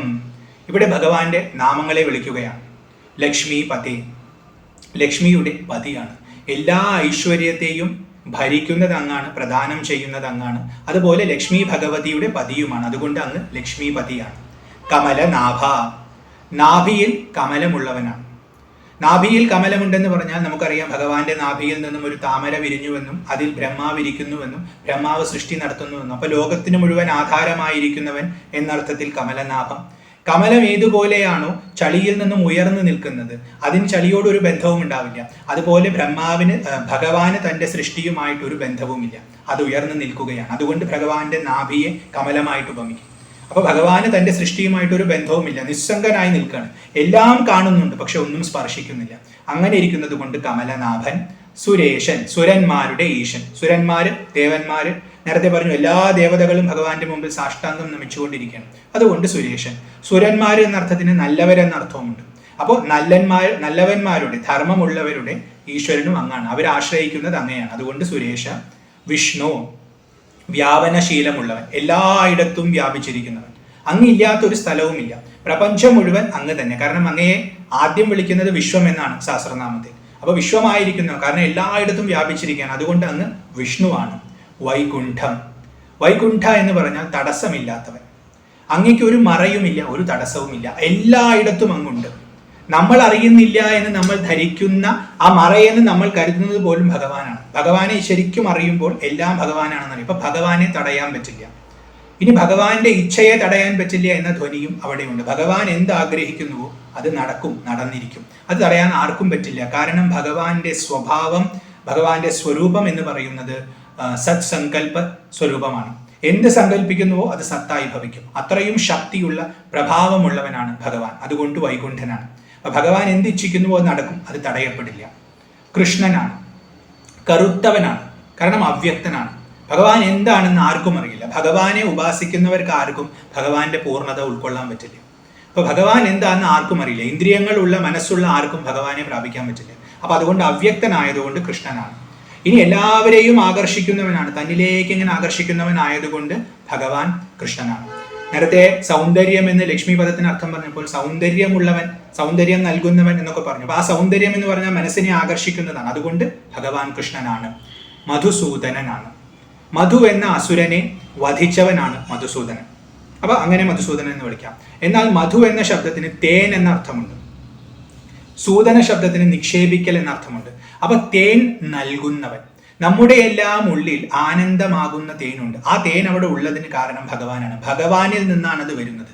അപ്പൊ ലോകത്തിന് മുഴുവൻ ആനന്ദത്തെ നൽകുന്നവൻ എന്ന അർത്ഥത്തിൽ മധുസൂദനൻ. നമ്മൾ അകത്തേക്ക് ചെന്ന് അനുഭവിക്കുമ്പോൾ ആ അനുഭവിക്കുന്ന ആനന്ദത്തിന്റെ ഉറവിടം തേടിയാൽ ഭഗവാനിലെത്തും. അതുകൊണ്ട് മധുസൂദനൻ, പുഷ്കരാക്ഷൻ, താമരയുടെ ഇതള് പോലത്തെ നീണ്ട കണ്ണുള്ളവൻ, അല്ലെങ്കിൽ താമരയെ പോലെ ഒട്ടാതെ എല്ലാം കാണുന്നവൻ, ഒന്നിനോടും ഒട്ടലില്ലാത്ത സാക്ഷിഭാവത്തിലുള്ളവൻ പുഷ്കരാക്ഷൻ. ബ്രഹ്മണ്യൻ, ബ്രഹ്മാവിന് ആശ്രയമായിട്ടിരിക്കുന്നവൻ ബ്രഹ്മണ്യൻ, ബ്രഹ്മത്തിന്റെ സ്വരൂപമായിരിക്കുന്നവൻ ബ്രഹ്മണ്യൻ, ആ അനുഭൂതിയിൽ സദാ ഇരിക്കുന്നവൻ ബ്രഹ്മണ്യൻ, ആ അനുഭവത്തെ മറ്റുള്ളവർക്ക് പ്രദാനം ചെയ്യുന്നവൻ ബ്രഹ്മണ്യൻ. കേശവൻ, ബ്രഹ്മാവിൻ്റെയും ശിവന്റെയും വിഷ്ണുവിൻ്റെയും ഭാവത്തിൽ പ്രകാശിക്കുന്നവൻ, ത്രിമൂർത്തിയായി പ്രകാശിക്കുന്നത് അങ്ങാണ്, അതുകൊണ്ട് കേശവൻ. ബ്രഹ്മാവിൻ്റെയും ശിവന്റെയും ഈശ്വരനായിരിക്കുന്നവൻ, അതുകൊണ്ട് കേശവൻ. നല്ല മുടിയുള്ളവൻ, അതുകൊണ്ട് കേശവൻ. ഇങ്ങനെയെല്ലാം കേശവൻ എന്ന് ഭഗവാന് നാമം. അത് കഴിഞ്ഞ് ജനാർദ്ദന, ജനങ്ങളെ ദുഃഖിപ്പിക്കുന്നവനാണ് ജനാർദ്ദനൻ. സംസാരത്തിൽ സുഖവും ദുഃഖവും ഉണ്ട്, രണ്ടും നൽകുന്നത് ഭഗവാനാണ്. നമ്മുടെ കർമ്മത്തിന്റെ ഫലങ്ങൾക്കനുസരിച്ചാണ്. അപ്പൊ സുഖം നൽകുന്നത് ഭഗവാനാണ്, അതുപോലെ തന്നെ ദുഃഖം നൽകുന്നതും ഭഗവാനാണ്, അതുകൊണ്ട് ജനാർദ്ദനനാണ്. തെറ്റ് ചെയ്യുന്നവരെ ശിക്ഷിക്കുന്നത് ഭഗവാനാണ്, അപ്പൊ അവർക്ക് ദുഃഖമുണ്ടാവും, അതുകൊണ്ട് ശിക്ഷിക്കുന്നവൻ എന്ന അർത്ഥത്തിൽ, അധർമ്മികളെ ശിക്ഷിക്കുന്നവൻ എന്ന അർത്ഥത്തിൽ ജനാർദ്ദന ശബ്ദത്തിന് ജനങ്ങളെ ദുഃഖിപ്പിക്കുന്നവൻ എന്നർത്ഥം. ഇനി അർദ്ദന ശബ്ദത്തിന് ഗതി എന്ന അർത്ഥമുണ്ട്. അപ്പൊ ജനങ്ങളുടെ ഗതിയായിരിക്കുന്നവൻ, ജനങ്ങൾക്ക് അവസാന ആശ്രയം അങ്ങാണ്, പരമഗതി ജനങ്ങൾക്ക് അങ്ങാണ്, ജനങ്ങളുടെ മോക്ഷം അങ്ങാണ്. ജനം എന്നാൽ ജനിക്കുന്നവൻ, അപ്പൊ ജനിക്കുന്നവർക്ക് മരണമുണ്ട്, മരിക്കുന്നവർക്ക് ജനനവുമുണ്ട്. അപ്പൊ ജനങ്ങൾക്ക് മോക്ഷം എന്ന് പറഞ്ഞാൽ സംസാരത്തിൽ നിന്നുമുള്ള മോക്ഷം, ആ ഗതിയെ നൽകുന്നവൻ, ആ ഗതിയായിരിക്കുന്നവൻ അങ്ങായതുകൊണ്ട് ജനാർദ്ദനൻ. വാസുദേവൻ, എല്ലാവരുടെയും ഉള്ളിൽ വസിക്കുന്നവൻ, എല്ലാവരും ആരുടെ ഉള്ളിൽ വസിക്കുന്നുവോ അവൻ. അതല്ലെങ്കിൽ പുരാണ ഇതിൽ പറഞ്ഞാൽ വസുദേവന്റെ മകനായി അവതരിച്ചവൻ വാസുദേവൻ. ഇങ്ങനെയെല്ലാം വാസുദേവൻ. ദേവേശ, ദേവന്മാരുടെ ഈശൻ, നേരത്തെ സുരേഷൻ എന്ന് പറഞ്ഞ അതേ അർത്ഥം. ദേവശബ്ദത്തിന് ദാതാവ് എന്നർത്ഥം എടുത്താൽ കൊടുക്കുന്നവരാണ് ദേവന്മാര്, കൊടുക്കുന്നവരുടെ മുഴുവൻ ഈശനായിരിക്കുന്നത് ദേവേശൻ. കാരണം കൊടുക്കണമെങ്കിൽ കൊടുക്കപ്പെടുന്ന വസ്തു ഉണ്ടാവണം, അത് എവിടെ നിന്നാണ് ലഭിക്കുന്നത്? ഭഗവാനിൽ നിന്നാണ്. അപ്പൊ അതുകൊണ്ട് ദേവേശൻ. ദേവശബ്ദത്തിന് പൂജ്യർ എന്നർത്ഥം എടുത്താൽ, പൂജിതർ, പൂജിക്കപ്പെടേണ്ടവർ എന്നർത്ഥം എടുത്താൽ ലോകത്തിലുള്ള എല്ലാ പൂജ്യന്മാർക്കും ആ പൂജ്യത്വം, ആ മാന്യത ലഭിക്കുന്നത് ഭഗവാനിൽ നിന്നാണ്. അതുകൊണ്ട് അവരുടെ എല്ലാം ഈശനായിരിക്കുന്നത് അദ്ദേഹം ദേവേശൻ, എല്ലാവർക്കും ആ മാന്യതയെ പ്രദാനം ചെയ്യുന്നവൻ. ദേഹി കൃപണസ്യ കരാവലംബം, കൃപണനായിരിക്കുന്ന എനിക്ക് അങ്ങയുടെ ആ കരാവലംബത്തെ നൽകിയാലും. കൃപണൻ എന്നാൽ നിസ്സാരൻ, ദീനൻ, മന്ദബുദ്ധി, വലിയ വിവരമൊന്നും ഇല്ലാത്തവനാണ് ഞാൻ, അങ്ങനെ ഇരിക്കുന്ന എനിക്ക് ആ കരാവലംബത്തെ നൽകി ഇവിടെ നിന്നൊന്ന് രക്ഷിച്ചാലും എന്ന് പ്രാർത്ഥിക്കുന്നു. ലക്ഷ്മീപതേ കമലനാഭ സുരേഷ വിഷ്ണു വൈകുണ്ഠ കൃഷ്ണ മധുസൂദന പുഷ്കരാക്ഷ ബ്രഹ്മണ്യ കേശവ ജനാർദ്ദന വസുദേവ്, ബ്രഹ്മണ്യ കേശവ ജനാർദ്ദന വാസുദേവ ദേവേശ ദേഹി കൃപണസ്യ കരാവലംബം. അടുത്തത് 14-ാമത്തെ ശ്ലോകമാണ്. ഏകേന ചക്രമപരേന കരേണ ശംഖം അന്യേന സിന്ധുതനയാം അവലംബ്യ തിഷ്ഠൻ വാമേതരേന വരദാഭയ പദ്മചിഹ്നം ലക്ഷ്മീ നൃസിംഹമദേഹി കരാവലംബം. ഇവിടെ ഭഗവാന്റെ കൈകളിൽ എന്തൊക്കെ ധരിച്ചിരിക്കുന്നു എന്നാണ് പറയുന്നത്. ഭഗവാന് 8 കൈകളുള്ള സങ്കല്പത്തിലാണ് ഇവിടെ കാണുന്നത്. ആ 8 കൈകളിൽ 6 കൈകളിലും ഭഗവാൻ ഓരോന്ന് ധരിച്ചിട്ടുണ്ട്. 2 കൈകൾ അപ്പോൾ ഫ്രീ ആണെന്ന് നമുക്ക് അനുമാനിക്കാം. ആ രീതിയിൽ ഇവിടെ വർണ്ണിക്കുന്നത് എന്തുകൊണ്ടെന്നാൽ ആ കൈകളാണ് നമ്മൾ ആഗ്രഹിക്കുന്നത്. ആ 2 കൈകളെയും തന്ന് നമ്മളെ ഇവിടെ നിന്നും കരകയറ്റിയാലും എന്ന ഒരു ധ്വനി അവിടെയുണ്ട്. അപ്പൊ 6 കാര്യങ്ങളെ ധരിച്ചതായിട്ടാണ് പറയുന്നത്. അപ്പൊ അഷ്ടഭുജത്തിലുള്ള ഭാവത്തിൽ നമുക്ക് സങ്കല്പിക്കാം. ഇവിടെ പറയുന്നു ഏകേന ചക്രം, ഒരു കൈ കൊണ്ട് ചക്രത്തെ ധരിച്ചിരിക്കുന്നു. നേരത്തെ പറഞ്ഞുവല്ലോ, ചക്രപാണിയാണ്, സുദർശന ചക്രം ധരിച്ചിട്ടുണ്ട്. അപരേന കരേന ശംഖം, മറ്റേ കൈകൊണ്ട് ശംഖ് പിടിച്ചിട്ടുണ്ട്, പാഞ്ചജന്യം എന്ന ശംഖ് പിടിച്ചിട്ടുണ്ട്. അന്യേന സിന്ധുതനയാം അവലംബ്യ തിഷ്ഠൻ, സിന്ധുതനയ എന്ന് പറഞ്ഞ ലക്ഷ്മി ദേവി. അപ്പോൾ ഒരു കൈയിൽ ചക്രം പിടിച്ചിട്ടുണ്ട്, ഒരു കൈയിൽ ശംഖ് പിടിച്ചിട്ടുണ്ട്, ഒരു കൈ കൊണ്ട് ലക്ഷ്മി ദേവിയെ ചേർത്ത് പിടിച്ചിട്ടുണ്ട്. അങ്ങനെ ഇരിക്കുന്ന ഭാവമാണ് അദ്ദേഹത്തിന്. വാമേതരേന വരദാഭയ പദ്മചിഹ്നം. ഇനി ശേഷിക്കുന്ന കൈകളിൽ, അവിടെ വാമശബ്ദത്തിന് സുന്ദരം എടുത്താൽ ഇതരേന സുന്ദരമായ മറ്റു കൈകളിൽ വരദം, അഭയം, പദ്മം എന്ന 3 കാര്യങ്ങൾ ധരിച്ചിരിക്കുന്നു. ഇനി വാമം എന്നുള്ളതിന് ഇടതെന്നെടുത്താൽ ഇടതല്ലാത്തത് വാമേതരം, അപ്പൊ അതായത് വലതു ഭാഗത്തുള്ള കൈകളിൽ വരദം, അഭയം, പദ്മം എന്നിവ ധരിച്ചിരിക്കുന്നു. ഇങ്ങനെ 2 അർത്ഥത്തിൽ. ഇപ്പോൾ വാമേതരം എന്നുള്ളത് അധികവും സുന്ദരമായ കരം എന്നാണ് തോന്നുന്നത്, വാമമായ സുന്ദരമായ മറ്റു കരങ്ങളിൽ എന്നാണ് കൂടുതൽ അനുയോജ്യമായി തോന്നുന്നത്. അപ്പൊ അങ്ങനെ വരദം, അഭയം, പത്മചിഹ്നം ഇതെല്ലാം ധരിച്ചുകൊണ്ടിരിക്കുന്ന അദ്ദേഹം. അപ്പോൾ എന്തൊക്കെയാണുള്ളത്? ചക്രമുണ്ട്, ശംഖുണ്ട്, ലക്ഷ്മി ദേവിയെ പിടിച്ചിട്ടുണ്ട്, വരദമുണ്ട്, അഭയമുണ്ട്, പത്മമുണ്ട്. ഇങ്ങനെ 6 കാര്യങ്ങൾ അദ്ദേഹം ധരിച്ചിരിക്കുന്നു. അപ്പോൾ 6 കൈകളിൽ ഓരോന്ന് പിടിച്ചിട്ടുണ്ട്. 2 കൈകൾ നമുക്ക് വേണ്ടി മാറ്റിവെച്ചിരിക്കുകയാണെന്നുള്ള ധ്വനി ഇവിടെയുണ്ട്, നമുക്ക് ആശ്രയം നൽകാനായി. അങ്ങനെയുള്ള ലക്ഷ്മി നൃസിംഹ മമദേഹി കരാവലംബം, ആ കരാവലംബത്തെ എനിക്ക് നൽകിയാലുമെന്ന് പ്രാർത്ഥിക്കുന്നു. ഏകേന ചക്രമപരേന കരേന ശംഖം അന്യേന സിന്ധു തനയാമവലംബ്യ തിഷ്ടൻ വാമേ തരേന വരദാഭയ പത്മചിഹ്നം ലക്ഷ്മി നൃസിംഹ മമദേഹി കരാവലംബം. അടുത്തത് 15ാമത്തെ ശ്ലോകമാണ്. സംസാര സാഗര നിമജ്ജന മുഹ്യമാനം ദീനം വിലോകയ വിഭോ കരുണാനിധേ മാം പ്രഹ്ലാദ ഖേദ പരിഹാര പരാവതാര ലക്ഷ്മി നൃസിംഹ മമദേഹി കരാവലംബം.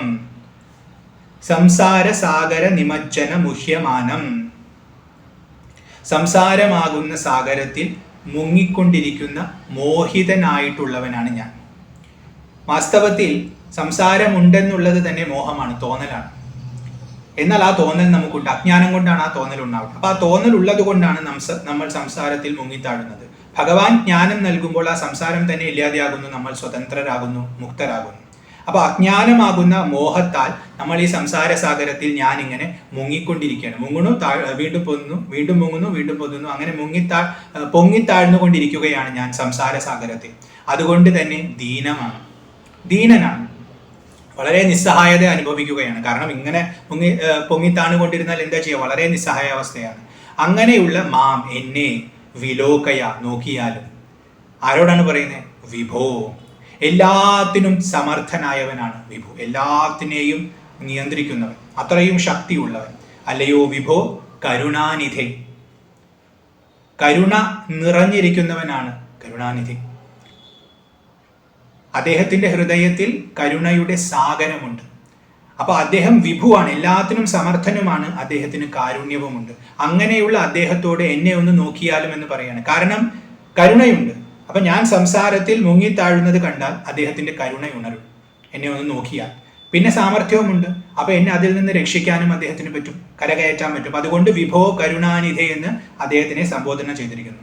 പ്രഹ്ലാദ ഖേദ പരിഹാര പരാവതാര, പ്രഹ്ലാദന്റെ ഖേദത്തെ, ദുഃഖത്തെ പരിഹരിക്കാൻ വേണ്ടി പരമമായ അവതാരത്തെ എടുത്തവൻ. നരസിംഹം എന്നുള്ളത് പ്രഹ്ലാദന്റെ ദുഃഖം തീർക്കാൻ വേണ്ടി വന്ന അവതാരമാണ്. പ്രഹ്ലാദന്റെ ദുഃഖം കണ്ട് ആ കാരുണ്യമുണർന്ന്, ആ വിഭുത്വമുണർന്ന് ഭഗവാൻ ആ സ്തംഭം പിളർന്നുകൊണ്ട് പ്രത്യക്ഷപ്പെട്ട് ഹിരണ്യകശിപുവിനെ കീറിപ്പൊളിച്ച് വധം നടത്തുകയാണ് ചെയ്തത്. അപ്പൊ അതുകൊണ്ട് പ്രഹ്ലാദ ഖേദ പരിഹാര പരാവതാര. അപ്പൊ ഏതുപോലെയാണ് ഭക്തോത്തമനായ പ്രഹ്ലാദനെ രക്ഷിക്കാൻ അങ്ങ് വന്നത്, അതുപോലെ അത്ര ഭക്തിയൊന്നും ഇല്ലാത്തവനാണെങ്കിലും അങ്ങയുടെ കരുണയുടെ മാഹാത്മ്യം കൊണ്ട് എന്നെയും ഒന്ന് രക്ഷിച്ചാലും എന്നിവിടെ പ്രാർത്ഥിക്കുന്നു. ലക്ഷ്മി നൃസിംഹ മമദേഹി കരാവലംബം, ആ കരാവലംബത്തെ എനിക്ക് നൽകിയാലും ലക്ഷ്മി സമേതനായ നരസിംഹമൂർത്തേ.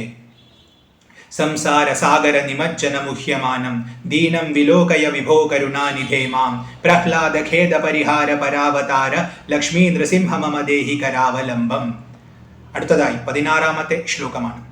പ്രഹ്ലാദ നാരദ പരാശര പുണ്ടരീക വ്യാസാദി ഭാഗവത പുങ്കവ ഹൃന്നിവാസ ഭക്താനുരക്ത പരിപാലന പാരിജാത ലക്ഷ്മി നൃസിംഹ മമദേഹി കരാവലംബം. പ്രഹ്ലാദൻ, നാരദൻ, പരാശരൻ, പുണ്ടരീകൻ, വ്യാസൻ, ആദി എന്ന് പറഞ്ഞാൽ തുടങ്ങിയിട്ടുള്ള. അപ്പൊ പ്രഹ്ലാദൻ, നാരദൻ, പരാശരൻ, പുണ്ടരീകൻ, വ്യാസൻ തുടങ്ങിയിട്ടുള്ള ഭാഗവത പുങ്കവന്മാർ, ഭാഗവത ശ്രേഷ്ഠന്മാർ. ഭാഗവതൻ എന്ന് പറഞ്ഞാൽ ഭക്തൻ. അപ്പോ ഭക്തോത്തമന്മാരാണ് ഇവരൊക്കെ. ഇങ്ങനെയുള്ള ഭക്തോത്തന്മാരുടെ ഹൃന്നിവാസ, ഹൃദയത്തിൽ വസിക്കുന്നവനാണ് അങ്ങ്. ഈ ഭക്തോത്തമന്മാരെയൊക്കെ സ്മരിക്കുന്നത് തന്നെ പുണ്യപ്രദമാണ്. കാരണം അവരെ സ്മരിക്കുമ്പോൾ അവരുടെ ഗുണം കുറച്ച് നമ്മുടെ ഹൃദയത്തിൽ പ്രവേശിക്കും. അപ്പൊ അതുകൊണ്ട് ഗുണം നമുക്കുണ്ട്. അപ്പൊ അതുകൊണ്ട് അവരെ സ്മരിച്ചിരിക്കുന്നു. അത് കഴിഞ്ഞു പറയുന്നു ഭക്താനുരക്ത പരിപാലന പാരിജാത. ഭക്തരിൽ അനുരക്തനായിരുന്നു കൊണ്ട് അവരുടെ പരിപാലനത്തിനു വേണ്ടി വർദ്ധിക്കുന്ന പാരിജാതമാണെന്ന്. പാരിജാതം എന്നാൽ എല്ലാ ആഗ്രഹങ്ങളും നടത്തി കൊടുക്കുന്ന വൃക്ഷമാണ്, കൽപ്പവൃക്ഷമാണ്, സുരലോകത്തിലുള്ള വൃക്ഷമാണ്, സുരതരു എന്ന് പറയും. അപ്പൊ അങ്ങനെ ഒരു വൃക്ഷമാണ് അങ്ങാണ് യഥാർത്ഥത്തിൽ പാരിജാതം. എങ്ങനെയാണ്? ഭക്തരിൽ അങ്ങേക്ക് സദാ പ്രേമമാണ്. ഭക്തർക്ക് തന്നിൽ പ്രേമമുണ്ട് പോലെ തന്നെ ഒരുപക്ഷെ അതിനേക്കാൾ കൂടുതൽ ഭക്തരോട് അഹം ഭക്ത പരാധീന എന്ന് ഭഗവാൻ പറയുന്നുണ്ട്. ആ ഭാവത്തിൽ ഇരിക്കുന്നവനാണ് അദ്ദേഹം. അപ്പൊ അദ്ദേഹം ഭക്താനുരക്തനാണ്. അവരെ പരിപാലിക്കുന്നതിൽ സദാ ജാഗരൂകനായിരിക്കുന്ന പാരിജാതമാണെന്ന്. അപ്പൊ നേരത്തെ ഭക്തോത്തമന്മാരുടെ പേരാണ് പറഞ്ഞത്. ഞാൻ അത്ര വലിയ ഭക്തനൊന്നുമല്ല, അവരുടെ 7 അയലത്തെത്താൻ എനിക്ക് യോഗ്യതയില്ല, ഇതെനിക്കറിയാം. ഇപ്പോൾ പ്രഹ്ലാദനും നാരദനും പരാശരനും പുണ്ടരീകനും വ്യാസനും ഒന്നും അവരോടൊന്നും ഉപമിക്കാൻ യോഗ്യനല്ല ഞാൻ. പക്ഷെ അത്ര വലിയ വലിയ ആൾക്കാരുടെ ഹൃദയത്തിൽ വസിക്കുന്നവനായിരുന്നിട്ട് കൂടി അങ്ങയ്ക്ക് എല്ലാ ഭക്തരും ഒരുപോലെയാണ്, എല്ലാ ഭക്തരോടും ഒരുപോലെ സ്നേഹമാണ്. അതുകൊണ്ടാണ് ഭക്താനുരക്ത എന്ന് പറയുന്നത്. അവരെ പരിപാലിക്കുന്നതിൽ സദാ ജാഗരൂകനായിരിക്കുന്ന, അവരുടെ എല്ലാ ആഗ്രഹങ്ങളും നടത്തി കൊടുക്കുന്ന പാരിജാതമാണ്.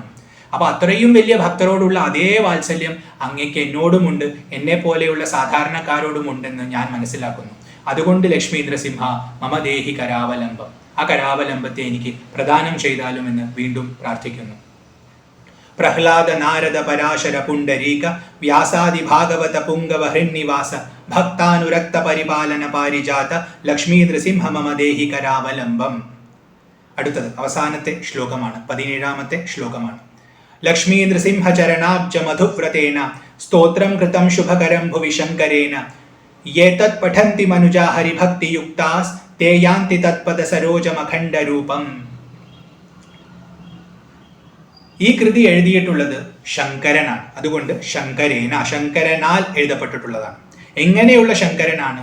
ലക്ഷ്മീ നൃസിംഹ ചരണാബ്ജ മധുവ്രതേന, ലക്ഷ്മീ നരസിംഹമൂർത്തിയുടെ ചരണങ്ങളാകുന്ന താമരയിൽ സദാ രമിച്ചുകൊണ്ടിരിക്കുന്ന, അതിലെ തേനിനെ നുകർന്നുകൊണ്ടിരിക്കുന്ന മധുവ്രതേന, മധുവ്രതം എന്ന് പറഞ്ഞാൽ വണ്ടാണ്.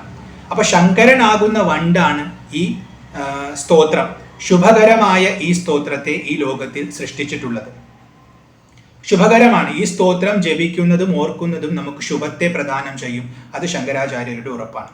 എങ്ങനെയുള്ള ശങ്കരാചാര്യരാണ്? ലക്ഷ്മീ നരസിംഹ ചരണാബ്ജ മധുവ്രതേന, ലക്ഷ്മീ നരസിംഹമൂർത്തിയുടെ പാദപത്മങ്ങളിലുള്ള മകരന്തത്തെ നുകർന്നുകൊണ്ടിരിക്കുന്ന, അവരുടെ ആ ആനന്ദത്തെ സദാ നുകർന്നുകൊണ്ടിരിക്കുന്ന വണ്ടിന്റെ ഭാവത്തിലിരിക്കുന്ന ശങ്കരനാൽ കൃതമായ ഈ സ്തോത്രം ശുഭകരമാണ്, അതുറപ്പാണ്. യാതൊരുത്തരാണോ തത് പഠന്തി, അതിനെ പഠിക്കുന്നത്. ഈ ദിവ്യമായ ശുഭകരമായ സ്തോത്രത്തെ ആര് പഠിക്കുന്നുവോ? ഹരിഭക്തിയുക്ത മനുജ, ഹരിയിൽ ഭക്തിയുള്ള മനുഷ്യന്മാർ. അപ്പൊ വെറുതെ പഠിച്ചാൽ പോരാ, ഹരിയിൽ നല്ല ഭക്തിയുള്ള മനുഷ്യർക്കാണ്, നല്ല ഭക്തിയുള്ള ആൾക്കാർക്കാണ് ഇത് രചിക്കപ്പെട്ടിട്ടുള്ളത്. അപ്പൊ നമുക്ക് ഭക്തി ഉണ്ടെങ്കിൽ തീർച്ചയായും ഈ സ്തോത്രം പഠിക്കണം. അങ്ങനെ നമ്മൾ പഠിച്ചാൽ തത്പദ സരോജം അഖണ്ഡ രൂപം യാന്തി, ആ ഭഗവാന്റെ പാദപത്മത്തെ നമ്മളും പ്രാപിക്കും. എന്നിട്ട് പൂർണ്ണതയെ, അഖണ്ഡ രൂപം എന്ന് പറഞ്ഞാൽ പൂർണ്ണതയെ നേടും. ഏതുപോലെയാണോ ശങ്കരനാകുന്ന ആ അതിദിവ്യമായ ആ മഹാപുരുഷനായ വണ്ട് അവരുടെ പാദങ്ങളിൽ സദാ രമിച്ചുകൊണ്ട് ആ മകരന്തത്തെ രുചിച്ചുകൊണ്ടിരിക്കുന്നത്, പരമാനന്ദത്തെ അനുഭവിച്ചു കൊണ്ടിരിക്കുന്നത്, അതുപോലെ ഭക്തിയോടുകൂടി, ഹരിഭക്തിയോടുകൂടി ആര് ഈ സ്തോത്രം പഠിക്കുന്നുവോ അവർക്കും അത് ലഭിക്കും. അവർക്കും അതിലൂടെ പൂർണ്ണത ലഭിക്കും. നമ്മൾക്ക് എന്തോ ഒന്ന് കുറവുണ്ട്, ന്യൂനതയുണ്ടെന്ന തോന്നലാണ് നമ്മളെ സംസാരത്തിൽ കൊടുക്കുന്നത്. അപ്പൊ അത് വേണം, ഇത് വേണം എന്ന് തോന്നും. എന്നാൽ പൂർണ്ണതയായാൽ തൃപ്തിയായി, പിന്നെ ഒന്നും വേണ്ട, പിന്നെ ആ ആനന്ദത്തിൽ സദാ രമിച്ചുകൊണ്ടിരിക്കുകയാണ്. ആ ഭാവം നമുക്കും കിട്ടും ഇത് പഠിച്ചാൽ. അതായത് ശ്രദ്ധയോടുകൂടി ഇതിന്റെ അർത്ഥം മനസ്സിലാക്കി ഭഗവാനെ ധ്യാനിച്ചുകൊണ്ട് ഭഗവാന്റെ ഭാവത്തെ മനസ്സിൽ ആവിർഭവിപ്പിച്ചുകൊണ്ട് ആ ലക്ഷ്മി സമേതനായ നരസിംഹം നമ്മുടെ ഹൃദയമാകുന്ന താമരയിൽ കളിയാടണം. അങ്ങനെ ഭഗവാനെ ഹൃദയത്തിൽ പ്രതിഷ്ഠിക്കുമ്പോൾ ഈ സ്തോത്രത്തിന്റെ ജപത്തിലൂടെ നമുക്ക് തീർച്ചയായും അദ്ദേഹത്തിന്റെ പാദപത്മത്തിൽ ആനന്ദം ലഭിക്കും. അതിൽ നമുക്ക് പൂർണ്ണത അനുഭവിക്കാൻ പറ്റും. ഇതാണ് ശങ്കരാചാര്യരുടെ ഉറപ്പ്. അപ്പൊ ഇത് ഫലശ്രുതിയാണ്. അത് കഴിഞ്ഞ് പറയുന്നു, ഇത് ശ്രീമദ് പരമഹംസ പരിവ്രാജകാചാര്യ ശ്രീമദ് ശങ്കരാചാര്യ വിരചിതം ശ്രീ ലക്ഷ്മീ നൃസിംഹ കരാവലംബ സ്തോത്രം സമ്പൂർണം. ശങ്കരാചാര്യർ എഴുതിയിട്ടുള്ള ലക്ഷ്മീ നൃസിംഹ സ്തോത്രം, കരാവലംബ സ്തോത്രം ഇവിടെ പൂർണ്ണമാകുന്നു. ഈ സ്തോത്രത്തിന്റെ മഹിമ മനസ്സിലാക്കിക്കൊണ്ട് ഭഗവാനെ മനസ്സിലേക്ക് ആവിർഭവിപ്പിച്ചുകൊണ്ട് ഈ ശ്ലോകം ചൊല്ലിയാൽ, അത് ഒരു തവണ ചൊല്ലിയാൽ പോലും ആ നരസിംഹ കടാക്ഷം നമുക്കുണ്ടാകും. സംസാരത്തിലുള്ള എല്ലാ ദുഃഖങ്ങളും ഇല്ലാതെയായി പരമപദം നമുക്ക് ലഭിക്കും. ഭാവമുണ്ടാവണം.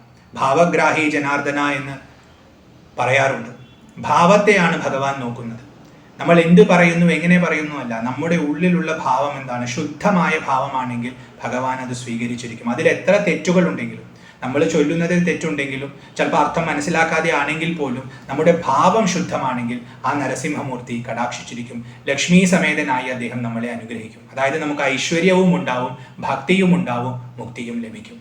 അതിനുള്ള ഭാഗ്യം എല്ലാവർക്കും ഉണ്ടാകട്ടെ എന്ന് പ്രാർത്ഥിച്ചുകൊണ്ട് ഈ സ്തോത്രത്തിൻ്റെ എളിയ വ്യാഖ്യാനം ആ ലക്ഷ്മി സമേതനായ നരസിംഹമൂർത്തിയുടെ തൃപ്പാദങ്ങളിൽ സമർപ്പിക്കുന്നു. കൃഷ്ണ ഗുരുവായൂരപ്പ നാരായണ. ഹരി ഓം.